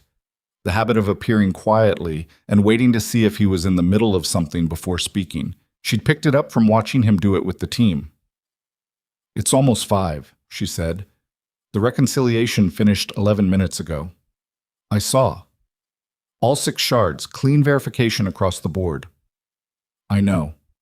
He closed the documentation file. Your team did that. You told us how. You listened, Mason said. That's not the same thing. Plenty of people are told how to do things. Priya looked at her screen for a moment. Then she said, Can I ask you something personal? You can ask. When you left, when they let you go. She was careful with the phrasing. Did you know this would happen? That it would break? Mason thought about the amber warning he hadn't reported, the documentation he'd written at midnight and hadn't sent, the conversation with himself at the kitchen table. I knew it could, he said. I didn't know when. Did you think about warning them? Yes. Why didn't you? He thought about how to answer this honestly. Because I'd been telling them things for 11 years, and most of it hadn't landed. And because I was angry, and I didn't want to admit I was angry, so I told myself it wasn't my place. He paused. And because I was wrong about that, about it not being my place. He looked at the screen. The knowledge doesn't stop being relevant because the employment relationship ended. Those are 2 separate things. I mixed them up. Priya was quiet for a moment. I think you're harder on yourself than you need to be, she said. Maybe. Being easy on yourself is how you make the same mistake twice. She considered this. Or you can be accurate, she said. Not hard, not easy, just accurate. Mason looked at her. This was a genuinely good distinction, and he knew it. Yeah, he said. You're right. She nodded, satisfied. The team is going for dinner, if you want to come. He thought about Eli at Dana's with the box pasta and the dinosaur episodes and the carrots he probably hadn't eaten. He thought about the cracked dashboard and the parking garage and the way the city looked at night from the highway. "Tell them thank you," he said, "but I'm going to pick up my son." Priya nodded. She turned to go, then stopped. "Mr. Calloway." "Mason." "Mason." She turned back. There was something deliberate in her face, the look of someone saying a thing they've decided to say, rather than letting the moment pass. "I've worked at 4 companies. I've worked for good engineers and bad engineers and engineers who were technically brilliant and personally terrible. I've worked for people who knew things but made you feel stupid for not knowing them." She paused. "I've never worked for anyone who knew as much as you know and made it feel that easy to learn." Mason looked at her for a moment. "You were a good student," he said. "That's not nothing." "I know," she said. "But it's also not the whole story." She went back to her station. Mason closed his laptop and put on his jacket and picked up his thermos, which was empty, and his laptop bag, which was slightly lighter than it had been 3 days ago. Some of the weight he'd been carrying had been put down, distributed, made into something that didn't need to be carried by one person anymore. He took the elevator down, said goodnight to Hector's replacement, a younger security guard who didn't know him, and checked his badge with the automatic thoroughness of someone doing their job correctly. He drove to Dana's. Eli was still in his pajamas at 6:30 p.m., which was Dana's supervision and not Mason's business, and he ran to the door when Mason knocked and grabbed him around the middle in the way that 7-year-olds grab people, with their full weight, holding nothing back, completely committed to the act of holding on. Mason stood in Dana's doorway with his son's arms around him and his hand on the back of Eli's head and the cold evening air at his back, and Dana in the kitchen behind them saying something about carrots that neither of them was listening to. "Did you fix it?" Eli asked, muffled against Mason's jacket. "Yeah," Mason said. "We fixed it." Eli pulled back and looked at him with the evaluating look of a child conducting a genuine assessment. "You look tired, he said. "I am tired." "Okay." Eli considered. "Can we get pizza on the way home?" "Yeah," Mason said. "We can get pizza. The good kind? With the garlic stuff on the crust?" "The good kind." Eli nodded, fully satisfied with this outcome, and went to get his shoes. Mason stood in the doorway a moment longer, feeling the transition between the 2 worlds he moved between, the one that needed him for what he knew and the one that needed him for who he was, and the question he'd been sitting with for 3 days about what the next version of his life was supposed to look like had not yet answered itself. But the systems were stable, the knowledge was documented, and somewhere in the gap between what had been and what came next, Mason Calloway stood in his sister's doorway while his son found his shoes, tired in every muscle, and waited to find out. The pizza was from a place 3 blocks from their apartment called Gino's, which was not a good name for a pizza place and also served the best pizza Mason had ever eaten, a fact he'd discovered 6 years ago when Eli was 1, and he'd ordered delivery out of desperation at 9 p.m. and ended up sitting on the kitchen floor eating it straight from the box because he was too tired to find a plate. It had the garlic butter on the crust. Eli ate 2.5 slices with the focused intensity of a child who has been eating box pasta for 2 days and has opinions about the difference. "This is better," Eli said. "Than what?" "Than everything Aunt Dana made." "Don't tell her that." "I'm not going to tell her that." Eli looked at Mason with the expression of someone slightly offended by the implication. "I'm 7, not rude." They ate at the kitchen table with the overhead light on because the evening had gone dark earlier than Mason expected, the way spring evenings did sometimes, cold and final, the light dropping off like a switch. The apartment was warm, slightly cluttered in the way of places where a single parent and a young child live without quite enough time to keep everything in its place, and it was theirs, and it smelled like garlic and cardboard and the faint lingering smell of coffee that lived in the kitchen walls by now. Mason had been home for 40 minutes and had done almost nothing. This was unusual for him. He'd hung up his jacket and taken off his shoes and sat at the table, and that was the full extent of his accomplishment since walking through the door, and his body appeared to have decided that this was what recovery looked like and was not going to be argued with. "Dad?" Eli said, midway through his second slice. What happens now? What do you mean? With the job, you fixed it. Do you go back, or do you still look for a different job? Mason looked at his pizza. It was a genuinely good question, which was typical of Eli.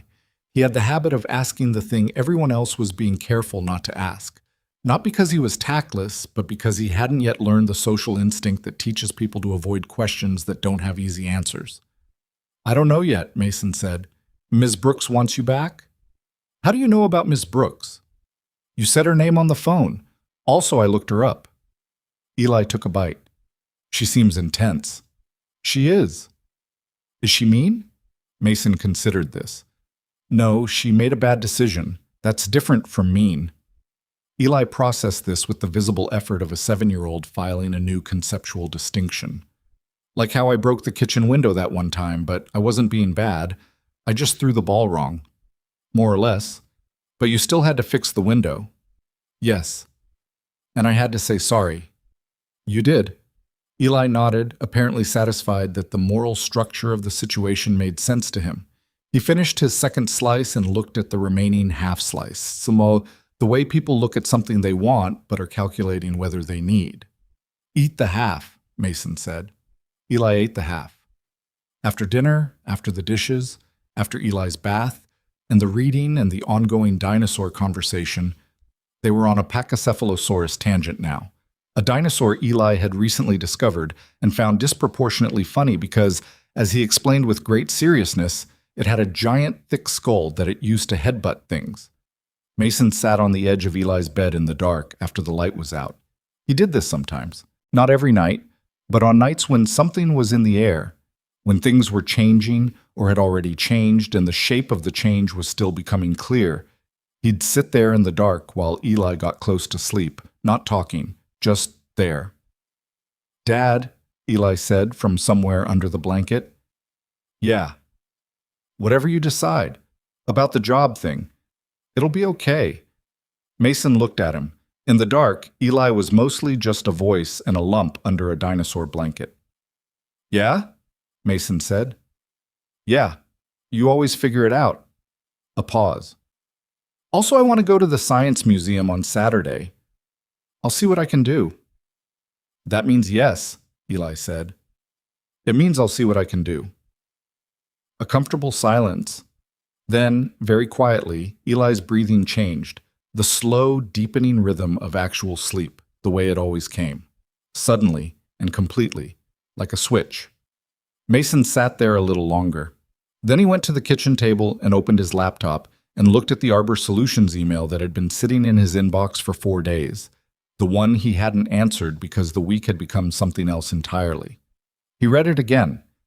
They were still interested. They were very respectful about the delay, which told him something about their culture, or at least about their HR communication style, which was one data point. He opened a new email to Patricia, the interviewer with the reading glasses on a chain. Then he stopped. He wasn't sure what he was writing. He thought he was declining, but the sentence he'd started wasn't a decline. He thought he might be asking for more time, but the words weren't coming out that way either. He sat there for several minutes looking at a blank email window before he accepted that he wasn't ready to write this particular thing yet and closed it. He was tired. He needed to sleep. The decisions could wait until morning, when the shape of things might be slightly clearer. He closed the laptop and went to bed and was asleep faster than he'd been in 6 weeks. The conversation with Sienna happened on Friday morning in her office on the 28th floor, which Mason had never been in before. The office was smaller than he'd expected. He'd had a mental picture of a corner suite with a view and the specific kind of aggressive minimalism that certain executives adopt to communicate that they're too disciplined to accumulate things. But the real office was functional and slightly cluttered, and had a whiteboard covered in diagrams that someone had only partially erased, and a plant by the window that was actually alive, and 2 chairs that didn't quite match in front of a desk that had 3 separate coffee cups on it in various states of use. Sienna was already there when he arrived, standing at the window with her own coffee, looking out at the city. She turned when he came in. "Thank you for coming up," she said. "Sure." Mason sat in one of the not-quite-matching chairs. He'd brought his own coffee again, in the thermos, because the building coffee was fine, but his was better, And he'd been drinking bad coffee all week out of convenience, and he was done. Sienna sat across from him. She had the look of someone who had been awake for a while and had been thinking, and the thinking showed, not in agitation, but in a kind of settled quality, the way people look when they've done the hard mental work ahead of time and arrived at the conversation already prepared. "I'm going to be direct," she said. "I'd prefer it," Mason said. "I want to offer you a role here. A real one this time." She paused, seemed to choose her next words with some care. "Not the role you had before. Something different. Something that reflects what you actually do and what this company actually needs." Mason looked at her. "What does that look like?" "I've been thinking about that for 3 days," she said. "What I've landed on is this. You don't fit a standard technical role because the way you work isn't standard. You're not a manager. You don't want to manage people, and you're not wired for it. And putting you in a box where the primary output is org charts and performance reviews would be a waste of what you actually do." She looked at her coffee. "But you're also not just a senior engineer. What you are is something closer to the person who understands how all the pieces actually interact, not in theory, but in practice. The person who sees the system whole." "That's a description," Mason said, "not a title." "Chief Systems Integrity Officer," Sienna said. "I made it up. It didn't exist before." "It means you have executive-level standing and access. You're responsible for the actual operational health of the technical infrastructure as distinct from its design or development, and you work with Garrett's team, but you don't report to Garrett. You report to me." Mason was quiet for a moment. "You're creating a position," he said. "I'm naming a position that already existed," Sienna said. "You've been doing this job for 11 years. I'm just putting it on paper." This landed differently than Mason expected. He'd been prepared for a job offer. He'd known it was coming, had been running through his reactions to it all week the way you rehearse a conversation you know is coming. He'd been prepared for the part where he'd have to figure out whether he wanted to come back, whether coming back was weakness or wisdom, whether 11 years of invisible work in the same building could become something different, or whether it was just going to be the same thing with a different name. He hadn't been prepared for her to say that she was naming something that had already existed. It was the most accurate thing anyone at Vertex Systems had ever said about him. That caught him off guard in a way that the apology hadn't, and the gratitude hadn't, and 3 days of the team's respect hadn't. The accuracy of it. "There are conditions," he said, after a moment. Sienna nodded. She'd clearly expected this. "Tell me." "The documentation process that Priya and Theo have been building this week becomes a permanent project, not a crisis measure. Ongoing, maintained, treated as infrastructure in itself.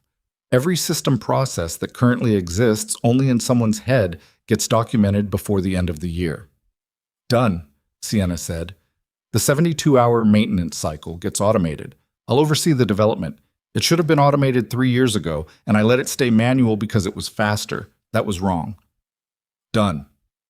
"I need flex time, real flex time. Not the kind that's theoretically available and functionally impossible. Eli has school events and doctor appointments, and sometimes he's sick and I'm the only parent. That doesn't change." Sienna met his eyes. "That doesn't change," she agreed. "I'll put it in writing." Mason looked down at his thermos. He turned it slightly in his hands, a habit, a thinking gesture, the same way some people click pens. "I need to ask you something," he said. "Okay?" 6 weeks ago, when you made the decision to restructure, if I had come to you, if I had sat in this office and said, there are things about this system that only exist in my knowledge, and losing me without a transfer process is a serious risk, what would you have done? Sienna didn't answer immediately. He gave her time because it was a real question. "I'd like to tell you I would have listened," she said finally. "I want to believe that about myself." She paused. "But I think the honest answer is that I would have heard you as someone arguing for their own job, and I would have respected the argument and then done what I was planning to do anyway, because I believed the plan was right." "Okay," Mason said. "Does that matter for your decision?" He thought about it. "It matters that you're honest about it. The answer itself, that's just people. That's how decisions get made." He set the thermos down. "People believe their plans are right until something shows them they're not. I'm not different. I believed I could carry all of it alone indefinitely. That was my plan. It was wrong, too. Sienna looked at him for a moment. Then she said, "You know, when I came in as CEO, Derek told me there was one person I needed to understand before I understood anything else about this company. He said it almost as an aside, like he was mentioning it and trusting that I'd take it seriously." "What did you say?" "I said I'd schedule a briefing." She looked slightly pained by this. "I never did." "No," Mason said. "You didn't." "If I had—" "Maybe," Mason said. "Maybe not. You can't run the counterfactual, Sienna." He used her first name without thinking about it, and neither of them remarked on it, which meant something had shifted in the room without either of them marking the exact moment. "What you can do is run the next part differently." She looked at him. "Is that a yes?" Mason looked out the window behind her. The city was doing its Friday morning thing, bright and slightly windswept, the clouds moving fast over the skyline. The kind of March day that can't decide if it's winter or spring and keeps cycling between both. Down below, invisible from here but real, was Linda Reyes in Phoenix and Hector at the security desk, and the warehouse workers, and the order fulfillment teams, and the logistics coordinators, and the operations managers, and all 600 people whose ordinary lives were threaded through the same infrastructure Mason had spent 11 years protecting without any of them knowing he was the one doing it. "It's a yes," he said, "with the conditions." "With the conditions," Sienna agreed. They shook hands across the desk with its 3 coffee cups, in an office that didn't look like what Mason had expected, between 2 people who were not who they'd been 6 weeks ago and were doing their honest best with that. He told Dana that evening on the phone. She was quiet for a moment after he finished explaining. This was unusual for Dana, who was almost never quiet when she had an opinion, which was almost always. "You're going back," she said. "I'm going back. For real this time. Not just to fix their mess. For real." Another silence, then, "Are you sure?" "No," Mason said, "but I wasn't sure about anything for 6 weeks, and this is the least unsure I've been." That's not exactly a ringing endorsement. "It's what I've got." Dana made a sound that was somewhere between a sigh and a laugh. "Okay, but I want it on record that if they pull anything, Dana. I'm just saying, I want it on record. It's on record. And I want you to actually take the flex time. Not theoretically take it, actually. I will. You said that about eating lunch. I eat lunch. At your desk doesn't count and you know it." She paused. "Eli will be happy. He liked it when you came home knowing what you were doing tomorrow." Mason thought about Eli's face in the morning, the uncomplicated confidence of a kid who had never had reason to doubt that his father would figure things out. He thought about what it would mean to have a title, to have something on paper that said, "This is what he does. This is what it's worth. This is where he stands." Eli had never cared about any of that. But Mason was 32 years old, and he'd spent 11 years in a building without it. And he found, sitting in his kitchen with his phone warm against his ear, that he cared about it more than he'd been willing to admit. "Yeah," he said. "I think he will be." The company-wide meeting happened the following Monday. Sienna had called it with 2 days' notice, which was enough time for rumors to circulate through every floor in the specific way that rumors move through office buildings, rapidly, inaccurately, with absolute confidence. By the time the meeting actually happened, the story had passed through at least 4 mutations, and the version most widely believed was that Mason was coming back as Sienna's co-CEO, which was not true, but said something about what people wanted to believe. The meeting was in the large conference center on the 2nd floor. Not technically a company-wide assembly, they had remote workers and 3 warehouse sites, but a live gathering of everyone in the building, with the warehouse teams patched in via video. Mason had arrived early and was standing near the back wall when people filed in, and the looks he got ranged from warm to complicated to the carefully neutral expression of people who'd been part of celebrating his departure and were now recalibrating. He didn't make eye contact aggressively. He wasn't there to make anyone feel anything specific. He was there because Sienna had asked him to be there, and because it was the right thing, and because getting this right mattered. Not for himself, but for the 600 people who needed to understand that the company was going to be okay. Sienna stepped up to the front of the room at exactly 9 a.m. She had the composed assurance she always had in public-facing contexts, but there was something different underneath it today. Something less polished, more present. She didn't do a preamble. She didn't start with quarterly projections or silver linings or the kind of executive language that tells people you're about to say something important while making them wait for it. She just started. 2 weeks ago, Vertex Systems came closer to a complete operational collapse than any of you were officially told, she said. The room went very still. I'm telling you now because you deserve to know then, and I owe you the honesty of saying so. She paused. The systems that run this company, the order processing, the warehouse routing, the inventory synchronization that makes every single thing we do possible, failed. They failed because I made a structural decision without fully understanding what that decision was removing. Nobody moved. I brought in an outstanding engineering team, she continued, and they are outstanding. They've spent the past 2 weeks learning this system at a depth that most engineers never reach. They will be the reason this company's infrastructure is safer and more resilient going forward. She looked around the room. But they walked into a system they didn't fully understand because the person who fully understood it had already been walked out the door. Mason stood at the back wall. He was looking at the floor. Mason Calloway, Sienna said, spent 11 years building and maintaining the technical foundation of everything we do here. He did it quietly, without adequate recognition, without the title that should have reflected what he actually did, and without the formal acknowledgement that his knowledge was as critical to this company's operation as any system we run. She paused. That was wrong. It was my failure to correct it when I came in, and it was this company's failure before I arrived. When we restructured, we lost the knowledge before we transferred it. The result was a crisis that cost us significantly, financially, and in terms of the trust of our customers, and that was entirely preventable. The room was the specific quiet of a group of people who are listening as hard as they can. Mason came back when I asked him to, Sienna said. He came back without conditions, without negotiation, without, and I want to be very clear about this, without any behavior that the rest of us were not capable of matching, but most of us probably couldn't have.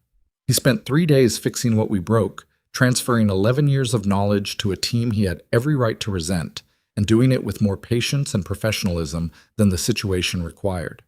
She looked toward the back of the room. Mason, he looked up. I want to apologize to you in front of every person in this company, she said, because what was done in front of them, and the correction should be too. A pause. We underestimated you. We reduced what you do to what we could see, which was much less than what was actually there. That is on us, collectively, and it won't happen again.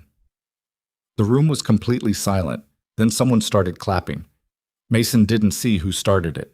It moved through the room quickly, the way these things do when people have been waiting for permission, and within a few seconds it was the whole room, and the video screens from the warehouse sites were showing people on their feet, and Mason stood at the back wall with his hands loose at his sides, and the unfamiliar feeling of being seen completely, not the useful parts of himself, not the problem-solving function, but the full extent of what it had cost him, and what he'd given, and what 11 years of quiet dedication actually looked like when someone finally held it up to the light. It was uncomfortable. He hadn't expected comfortable, but the specific quality of the discomfort surprised him. It wasn't embarrassment exactly. It was more like the feeling of taking off a coat you've worn for so long you'd forgotten it had weight. He nodded once because there wasn't anything else to do, and the room gradually settled. Sienna went on to announce his new role, the title, the structure, what it meant. She announced the documentation initiative as a permanent program. She announced 2 other structural changes that Mason had recommended in a conversation with her and Garrett the previous day. Changes that would build redundancy into the knowledge management process so that what had happened could not happen the same way twice. She was clear and specific and honest about what had gone wrong and what was changing. She didn't dress it up. Mason had expected the instinct to soften it. Executives were generally trained to soften things. And she didn't, which was one of the things he was revising his understanding of Sienna Brooks to include. When she finished, people began talking to each other in the way they do when something significant has been confirmed rather than suspected. Mason started to move toward the door because he was not good at standing in rooms where he was the subject of attention, but Derek intercepted him before he made it. "Well," Derek said. "Well," Mason said. "How do you feel?" Mason thought about this. "Weird," he said honestly. Derek laughed, which was the right response. "Weird good or weird bad?" "Weird in between. Ask me in a month." "Fair enough." Derek looked at him. He had the expression of a man who had several things to say and was choosing between them. "I'm glad you're back. I know I should say something more significant than that." "That's significant enough," Mason said. "I'm going to be better," Derek said. About seeing what's actually there instead of what's convenient to see. I've been thinking about that a lot the last 2 weeks." "That's a hard one," Mason said. "Mostly because convenient is comfortable and accurate is often not." "Is that something you worked out on your own or something your 7-year-old told you?" Mason almost smiled. "Bit of both." Garrett Chen found him later that morning in the server room on the 3rd floor. Mason had gone back there to check on the hardware node from 2 days ago, the one with the amber indicator that he'd flagged for follow-up in 2 weeks. He wanted to set up a proper monitoring alert for it, the kind that would catch the early signs and route to the right person automatically, instead of requiring someone to know where to look. Garrett came in without ceremony and stood next to him the way people stand next to someone who's doing something they respect. Close, but not intrusive. "That's the node you mentioned," Garrett said. "The memory issue." "Yeah, I'm setting up a specific alert. Should catch it 7 to 10 days before it becomes a problem." Garrett watched him work for a moment. Then he said, "I want to say something and I'm not sure how to say it." "Try anyway," Mason said. "When you came in on day 1, after the failure started." Garrett paused. "I was already 3 hours into managing what I thought was a known problem type. I had a plan. I was confident." He paused again. "And then you sat down and the entire shape of what I thought was true changed in about 10 minutes. And I had a choice. I could defend the plan, or I could watch what you were doing and update." "You updated," Mason said.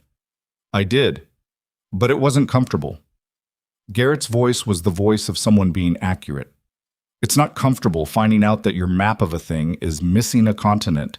Even when you intellectually know your map is incomplete, it's different when someone shows you the exact shape of what's missing. "No," Mason said, "it's not comfortable." "I want you to know that I respect what you know," Garrett said. "Genuinely. Not because of what happened. Not because Sienna has made it the company position. Because I watched you work and I understand what it is now." Mason finished setting up the monitoring alert.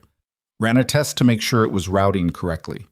Watched the test alert come through on his phone with the correct priority level and the correct description and the correct assigned team member. "Your team is good," Mason said. "Priya is exceptional. James has good instincts. Caleb is faster than he looks." "I know," Garrett said. "The documentation file is the best thing we've built here in a long time." Mason looked at the node. "Not the most exciting, but the most important." "I've been thinking about that," Garrett said. "About the difference between what looks like progress and what actually is. The monitoring dashboard, it looked like progress. The open floor plan looked like progress. And they were fine, they're good things. But the thing this company actually needed was knowledge that could survive the loss of any one person." He paused.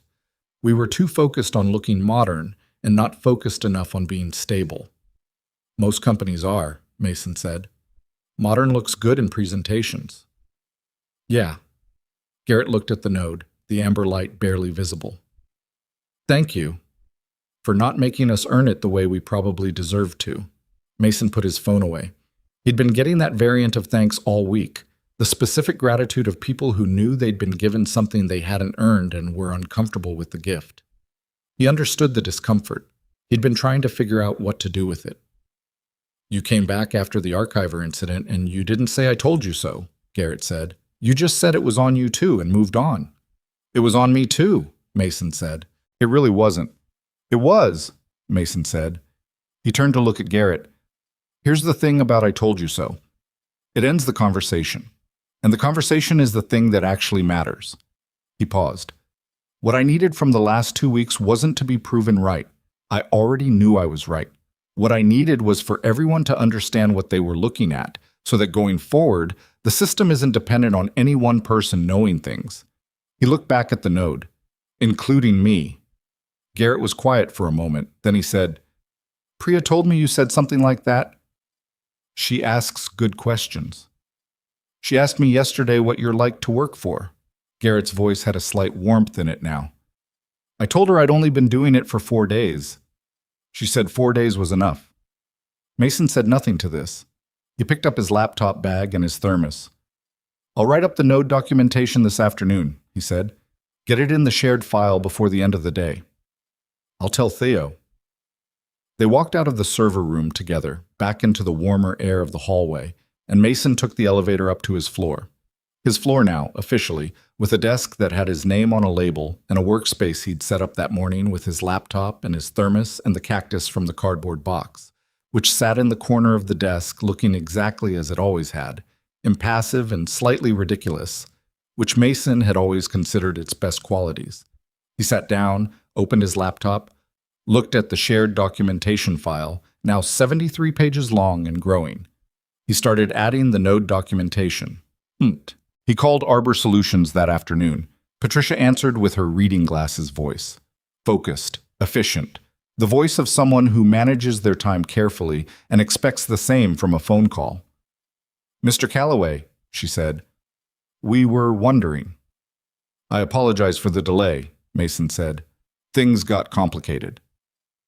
"I heard," she said, "Vertex Systems was in the industry news last week." "Yes." "And you're still there?" "I am. That's actually why I'm calling." He paused. "I wanted to call personally rather than just email. You spent time on our interview, and I think you deserve the direct version." "I appreciate that," Patricia said. "Can I ask, are you satisfied? Going back to the same place?" Mason thought about the question.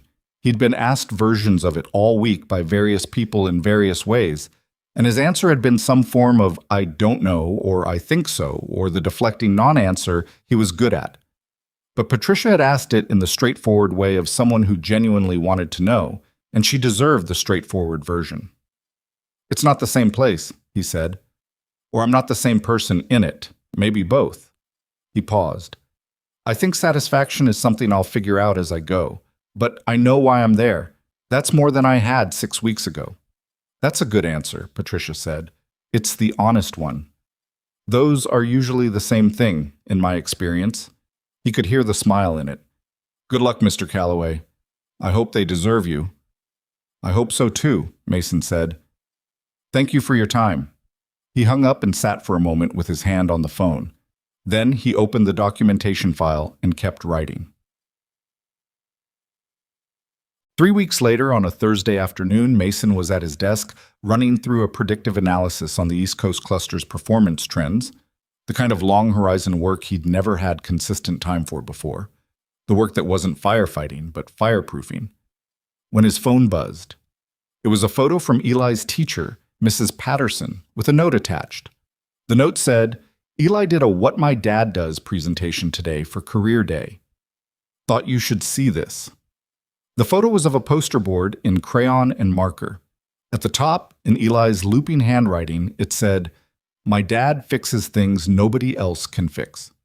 Below that was a drawing, a building with lots of squares meant to represent windows, and a small figure inside the building with what appeared to be a laptop and a thermos, and, in the corner of one window, a cactus. At the bottom of the poster, in the careful capital letters of a child who has put significant effort into spelling, "He does it because he cares, not because someone tells him to." Mason looked at this for a long time. He looked at it until his eyes did the thing they sometimes did, the thing he generally didn't permit in office environments, but apparently was permitting today, at his desk on the 28th floor, with the city spread out behind him, and the documentation file open on his screen, and the cactus in the corner of his desk watching him with its usual impassive patience. He set his phone down, cleared his throat, looked at the ceiling for a moment, then he picked up his phone and typed back to Mrs. Patterson. "Thank you for sending this. Tell him I said good job." He put the phone face down on the desk, picked up his thermos, went back to work. because there was still work to do, and he was the person who did it, and that had always been true. And now, finally, in a way that had taken longer than it should have, it was on paper. The Science Museum was Eli's idea, and like most of Eli's ideas, it arrived with the complete assumption that it was already happening. Saturday morning, 8:45 a.m., Eli appeared in the kitchen fully dressed, shoes tied, jacket zipped, the small backpack he took everywhere shaped like a stegosaurus, while Mason was still on his first cup of coffee in his pajamas, staring at the window with the unfocused attention of a man whose body had decided that the previous month had been a lot and was taking the weekend to register its complaint. "You said Saturday," Eli said. Mason looked at him, at the stegosaurus backpack, at the shoes tied with the double knot Mason had taught him, a skill Eli had been disproportionately proud of for 6 months. "I said I'd see what I could do," Mason said. Eli looked at him with the patient expression of a child who has heard this particular response enough times to know what it means in practice. "So, get dressed," he said. Mason got dressed. The museum was 40 minutes away by the highway route, and 25 by the surface streets if you hit the lights right. And they took the surface streets because Eli liked looking out the window at the city in the way that kids look at cities, as a collection of interesting and possibly inexplicable phenomena, things to ask questions about. They passed a building under construction, and Eli asked who decided how tall buildings could be. They passed a fire station, and Eli asked if firemen got scared. They passed a woman walking 4 dogs of 4 different sizes, and Eli said, very seriously, "That's too many dogs," which Mason agreed with. The museum had a special exhibition on prehistoric ocean life that Eli had apparently been planning to see for 2 months and had told Mason about in the regular rotation of things Eli told him about, the steady stream of updates about his inner life that Mason received and filed and treasured in the specific way of parents who understand they are in a window of time that does not stay open forever. They spent 3 hours there. Eli read every display panel, which was something Mason had noticed about him. He was not a kid who looked at the big flashy thing and moved on. He stayed. He read the small print. He asked the museum volunteers questions that they sometimes struggled to answer and received their uncertainty with the gracious patience of someone who had decided that not knowing was an acceptable condition. Mason walked beside him and watched him and thought, in the loose, unfocused way he'd been thinking all week, about things that weren't work. He thought about what it meant that the hardest month of his professional life had also, somehow, clarified things he'd been vague about for years. The Arbor Solutions job had represented something he hadn't been able to name when he was pursuing it. An exit, maybe. An escape from the weight of a place that had never fully seen him. But the escape had turned out to be unnecessary because the place had changed, or he had changed, or both had. And standing in a museum on a Saturday watching Eli read about prehistoric sharks, Mason could feel the difference between the life he'd been living before and the one that seemed to be forming now. It wasn't comfort, exactly. He didn't entirely trust comfort as a diagnostic, but it was something adjacent, a sense of having landed somewhere after a long time of being in transit, of the future being a shape he could make out instead of a fog he was walking into blind. "Dad," Eli said, in front of a display about the megalodon. "Yeah. It says here that scientists are still figuring out exactly what this thing looked like. They have the teeth, but not the bones, because the bones were cartilage, and cartilage doesn't fossilize well." "I knew that," Mason said. "You did not." "I did. You told me." Eli considered this. "I might have," he admitted. 3 months ago. In the car. After the library." Eli pointed at him. "You actually listen." "I always listen." "Sometimes you look like you're thinking about computers." "I can do both," Mason said. Eli turned back to the megalodon. "I think it would be scary to see one," he said, "but also I kind of want to." "Most things are like that," Mason said. Eli looked at him with the sideways look of a child deciding whether a statement was meant to be deeper than it sounded. "Like your job stuff or them?" he asked. "Yeah," Mason said. "Like that." Eli nodded, satisfied with this, and moved on to the next display. Monday morning, Mason arrived at the building at 7:50, and took the elevator to the 28th floor and sat at his desk with his thermos and his cactus and the documentation file and the predictive analysis he'd been building on the East Coast cluster's performance trends. The analysis was the kind of work he hadn't been able to do consistently before. The long horizon thinking, the problem prevention, as opposed to the problem response. He'd always known it was the more valuable work. He'd never had the sustained time for it, because the sustained time kept getting eaten by the crises that the long horizon thinking would have prevented, which was a loop he'd been living in for 11 years and was now, finally, in a position to start breaking. He had a 9 o'clock check-in with Priya's team on the documentation project. The file was at 91 pages now, and Priya had sent him a note the previous Friday suggesting they consider an indexing system, which was exactly the right idea, and something Mason hadn't thought of, which he found genuinely gratifying, not because it meant she was better than him, but because it meant the knowledge wasn't his alone anymore. It was becoming something larger than any one person's contribution, which had always been the point. At 8:15, Sienna knocked on his open door. She did this sometimes, came by in the early morning before the day was fully running, when the floor was quieter and the conversations could be different.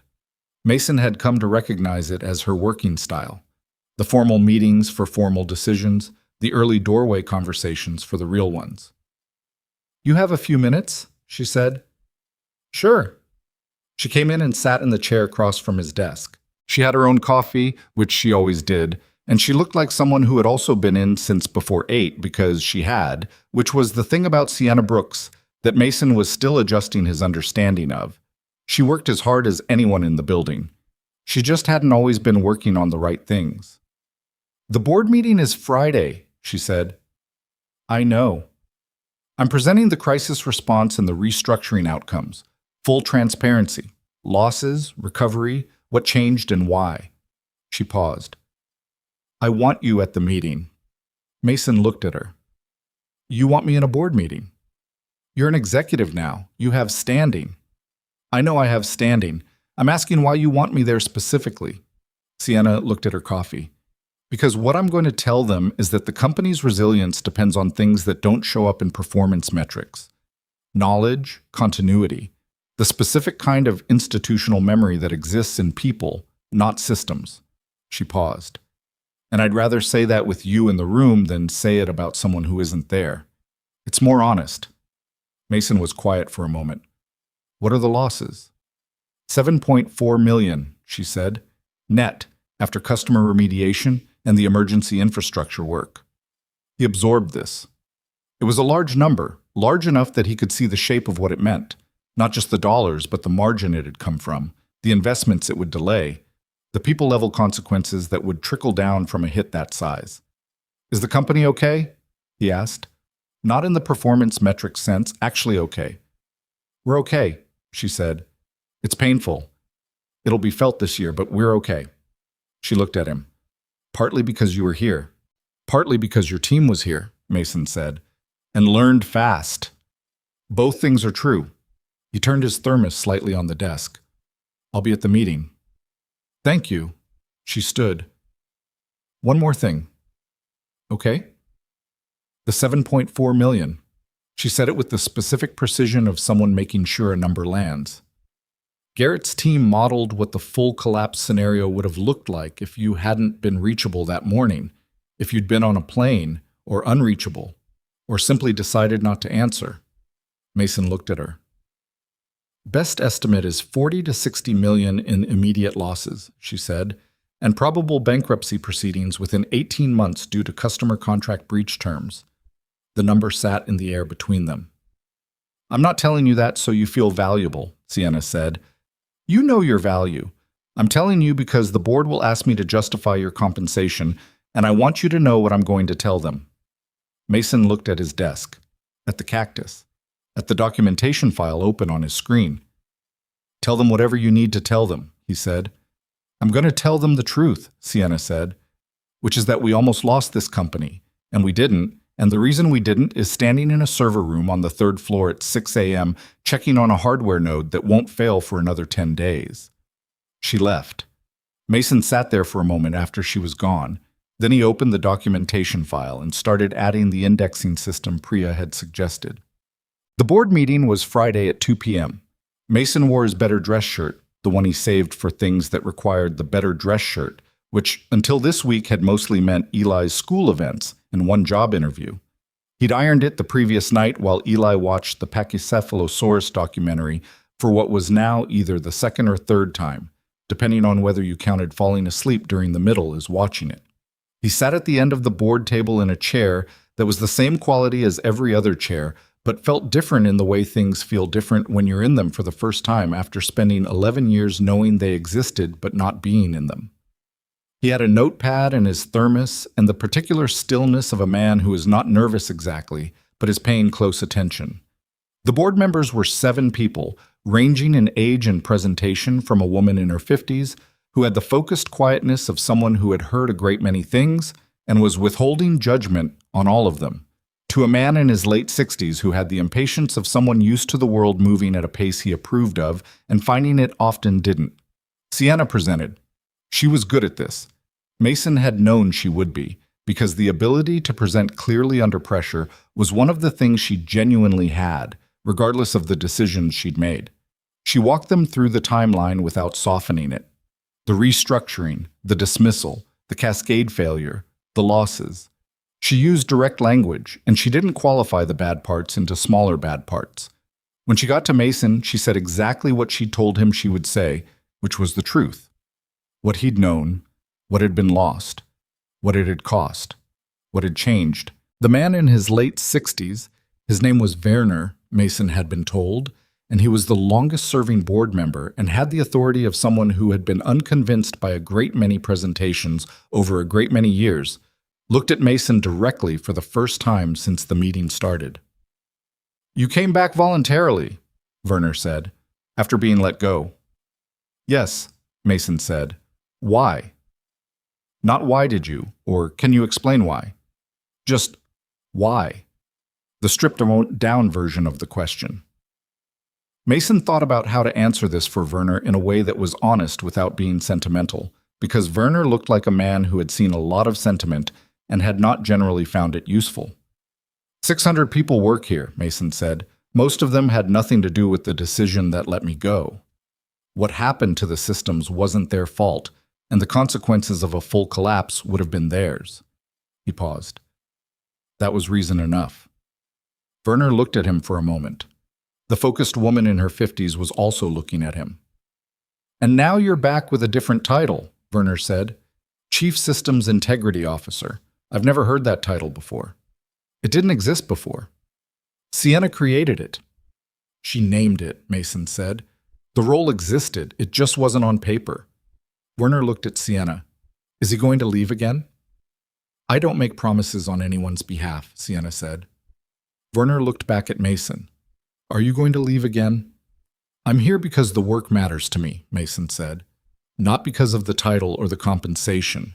If those things change, or if the way this company operates changes in ways that mean the work can't be done well, I'll say so directly before I do anything." He held Werner's gaze. "That's the most honest answer I have." Werner considered this. Then he made a sound that was not quite agreement and not quite skepticism, but was somewhere in between, which Mason gathered was approximately as close to approval as Werner got in any meeting ever. The focused woman, her name was Carol, she was the board chair, said, "The documentation initiative, 91 pages in 3 weeks?" 94 as of this morning, Mason said. "And this covers what?" "The actual behavior of the company's core systems, as distinct from the documented intended behavior. Every process, dependency, timing sensitivity, and known edge case that exists in practice rather than on paper." He paused. "It's not complete. It'll never be completely complete because systems change, but it's a living document with an assigned team, and the goal is that no critical operational knowledge ever exists again in only one person's head." "Including yours," Carol said. "Especially mine," Mason said. She looked at him for a moment with the expression of the focused woman who has heard many things and was making a considered judgment about this particular one. Then she looked at Sienna. "I have questions about the financial recovery timeline, but on the structural changes..." She looked back at Mason briefly. "This is the right direction." Werner made his ambiguous sound again, which apparently meant the same thing in this context. The meeting continued. Mason spoke 3 more times, once about the predictive analysis he was building, once about the 2 background processes they were automating, once to answer a technical question from a board member who had a software background and asked something intelligent about the database architecture. He answered it directly and without the layer of translation that people sometimes put between technical reality and non-technical listeners, and the board member nodded and said, "That makes sense," with the genuine relief of someone who has been given a real answer instead of a managed one. Afterward, in the hallway, Carol stopped beside him while Sienna was still inside with Werner.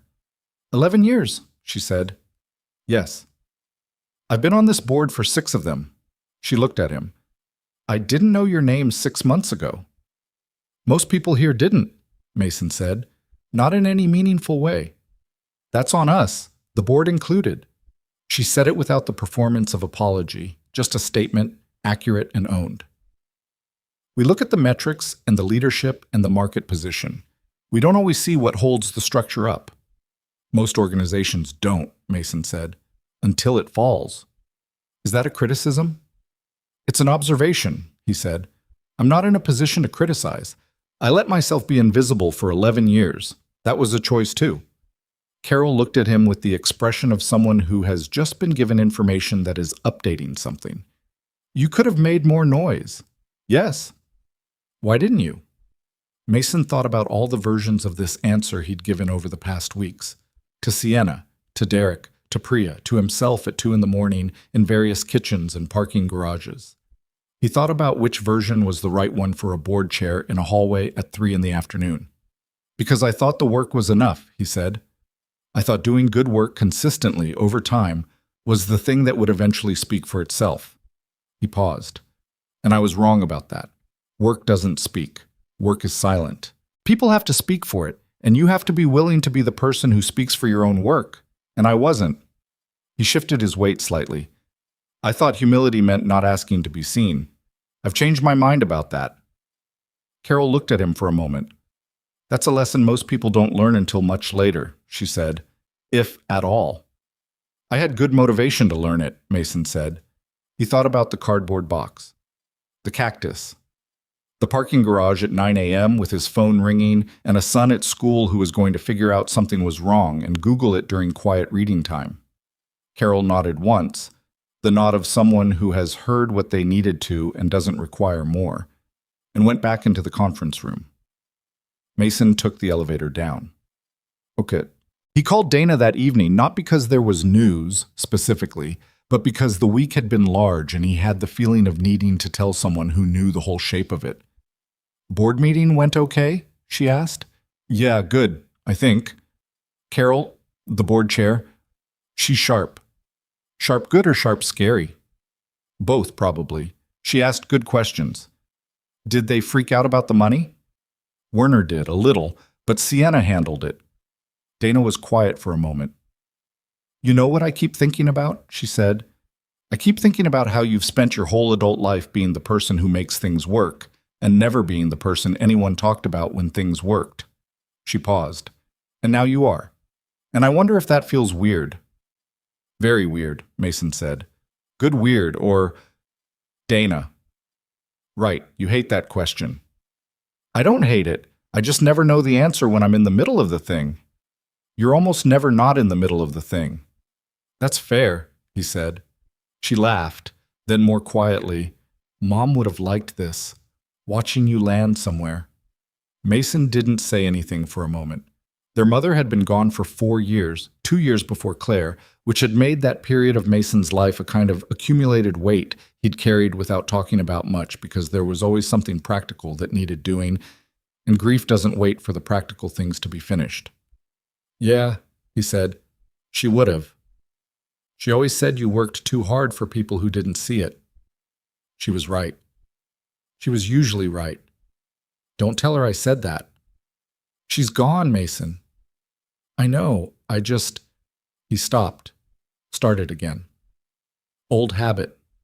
Dana was quiet in the particular way she was quiet when she was giving him room to feel something instead of talking over it, which was one of the things he'd always appreciated about her, even when she drove him completely insane in other ways. "Eli's going to the Science Museum again next Saturday," Mason said. "He's decided once wasn't enough." "Of course he has." The warmth in Dana's voice came back in. "Did he pick up a book about the ocean thing?" 3 books. He read 40 pages of the big one before bed and woke up and told me 2 facts I definitely already knew. "That's your kid." "That is absolutely my kid," Mason said. 3 weeks after the board meeting, on a Tuesday that would not have been notable for any other reason, Eli came to the office. This had not been planned.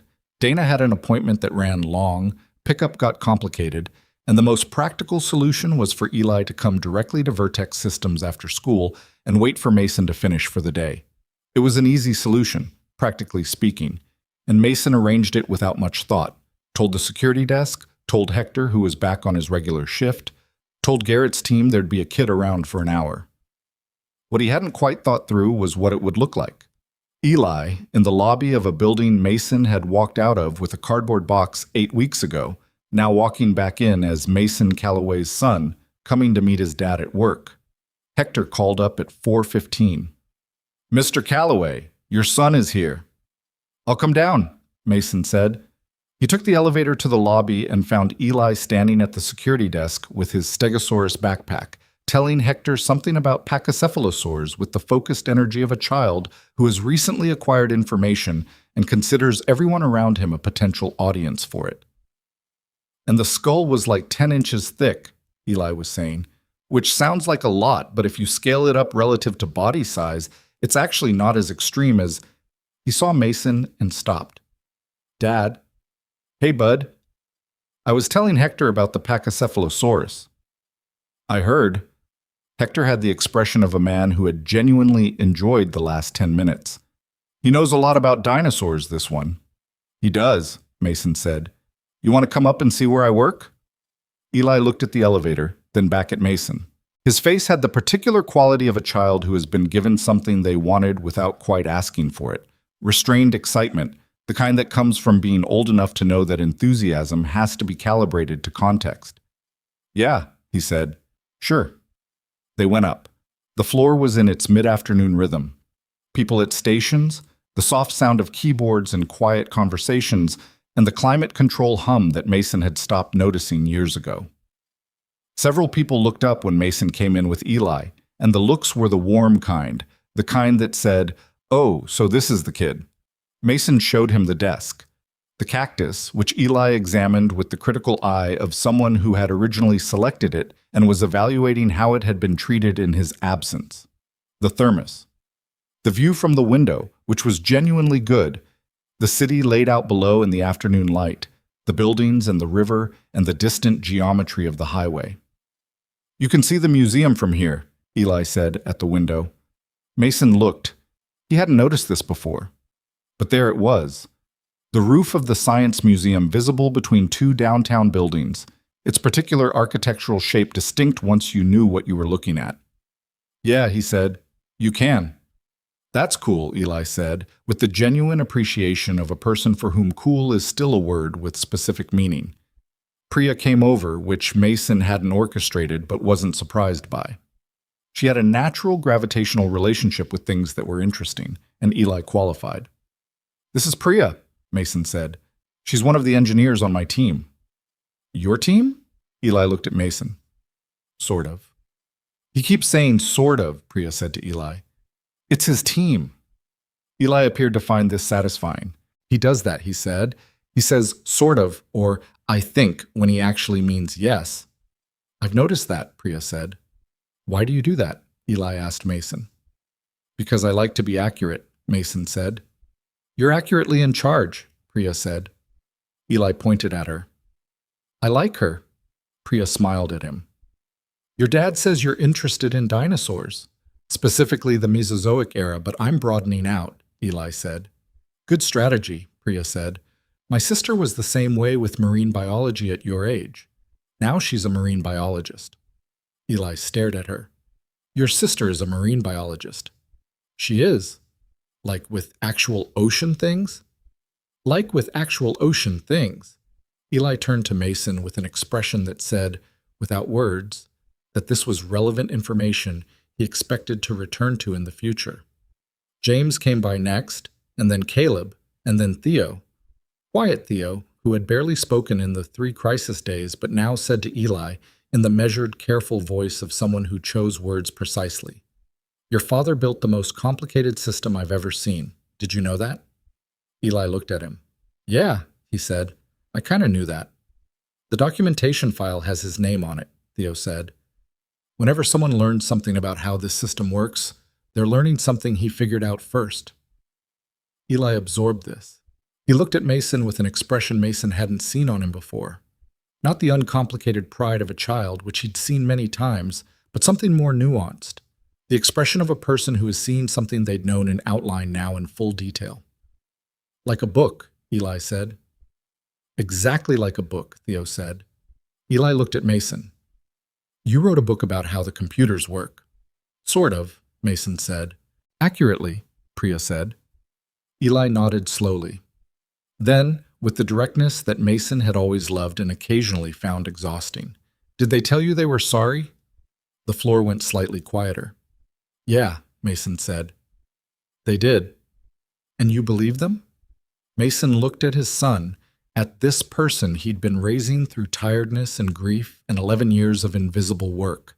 This 7-year-old who asked the question everyone else had been too careful to ask. And he thought about what the true answer was. "I believe they mean it," he said. "Meaning it and doing it are 2 different things. The doing it is what I'm here to see." Eli considered this with the gravity of a small judge. Then he nodded. "Okay," he said, and turned back to the window and the view of the city and the roof of the Science Museum visible between 2 buildings. The floor resumed its afternoon rhythm. They left at 5:30. Mason had wrapped up what needed wrapping up, handed off what needed handing off, and the city outside had reached the specific hour he'd always liked. The light going amber and horizontal, the shadows long, the temperature dropping in the way that means evening is coming and the day is actually finished and permission has been granted to stop. They took the elevator down together. Hector waved from the security desk. The glass doors opened onto the evening air, and they walked out. The city was doing its end-of-workday thing. The sidewalks busy, the buses running, the particular sound of a Tuesday evening in a place where people are going home. Mason and Eli walked toward the parking garage, Eli's Stegosaurus backpack bouncing slightly, the 2 of them moving through the foot traffic the way they moved through most things, adjacent and at the same pace, without needing to discuss it. Eli said, "Your office is good." "Yeah? It's better than I thought. I thought it would be more cubicle-y." "It's not very cubicle-y." "Priya is good," Eli said. "Theo is quiet but interesting. James has a nice handshake." "You shook James's hand?" "He offered. I shook it." Eli paused. "You should always shake a hand when someone offers. Grandma said that." Grandma was right about that one. They reached the parking garage. The elevator to the 2nd level was out of service, which it regularly was, so they took the stairs, Eli going up 2 at a time because he always took stairs 2 at a time. At the car, the 2014 Honda Civic with the cracked dashboard, Eli got in the passenger seat and put his backpack on his lap because it was too big for the footwell with his legs in front of it.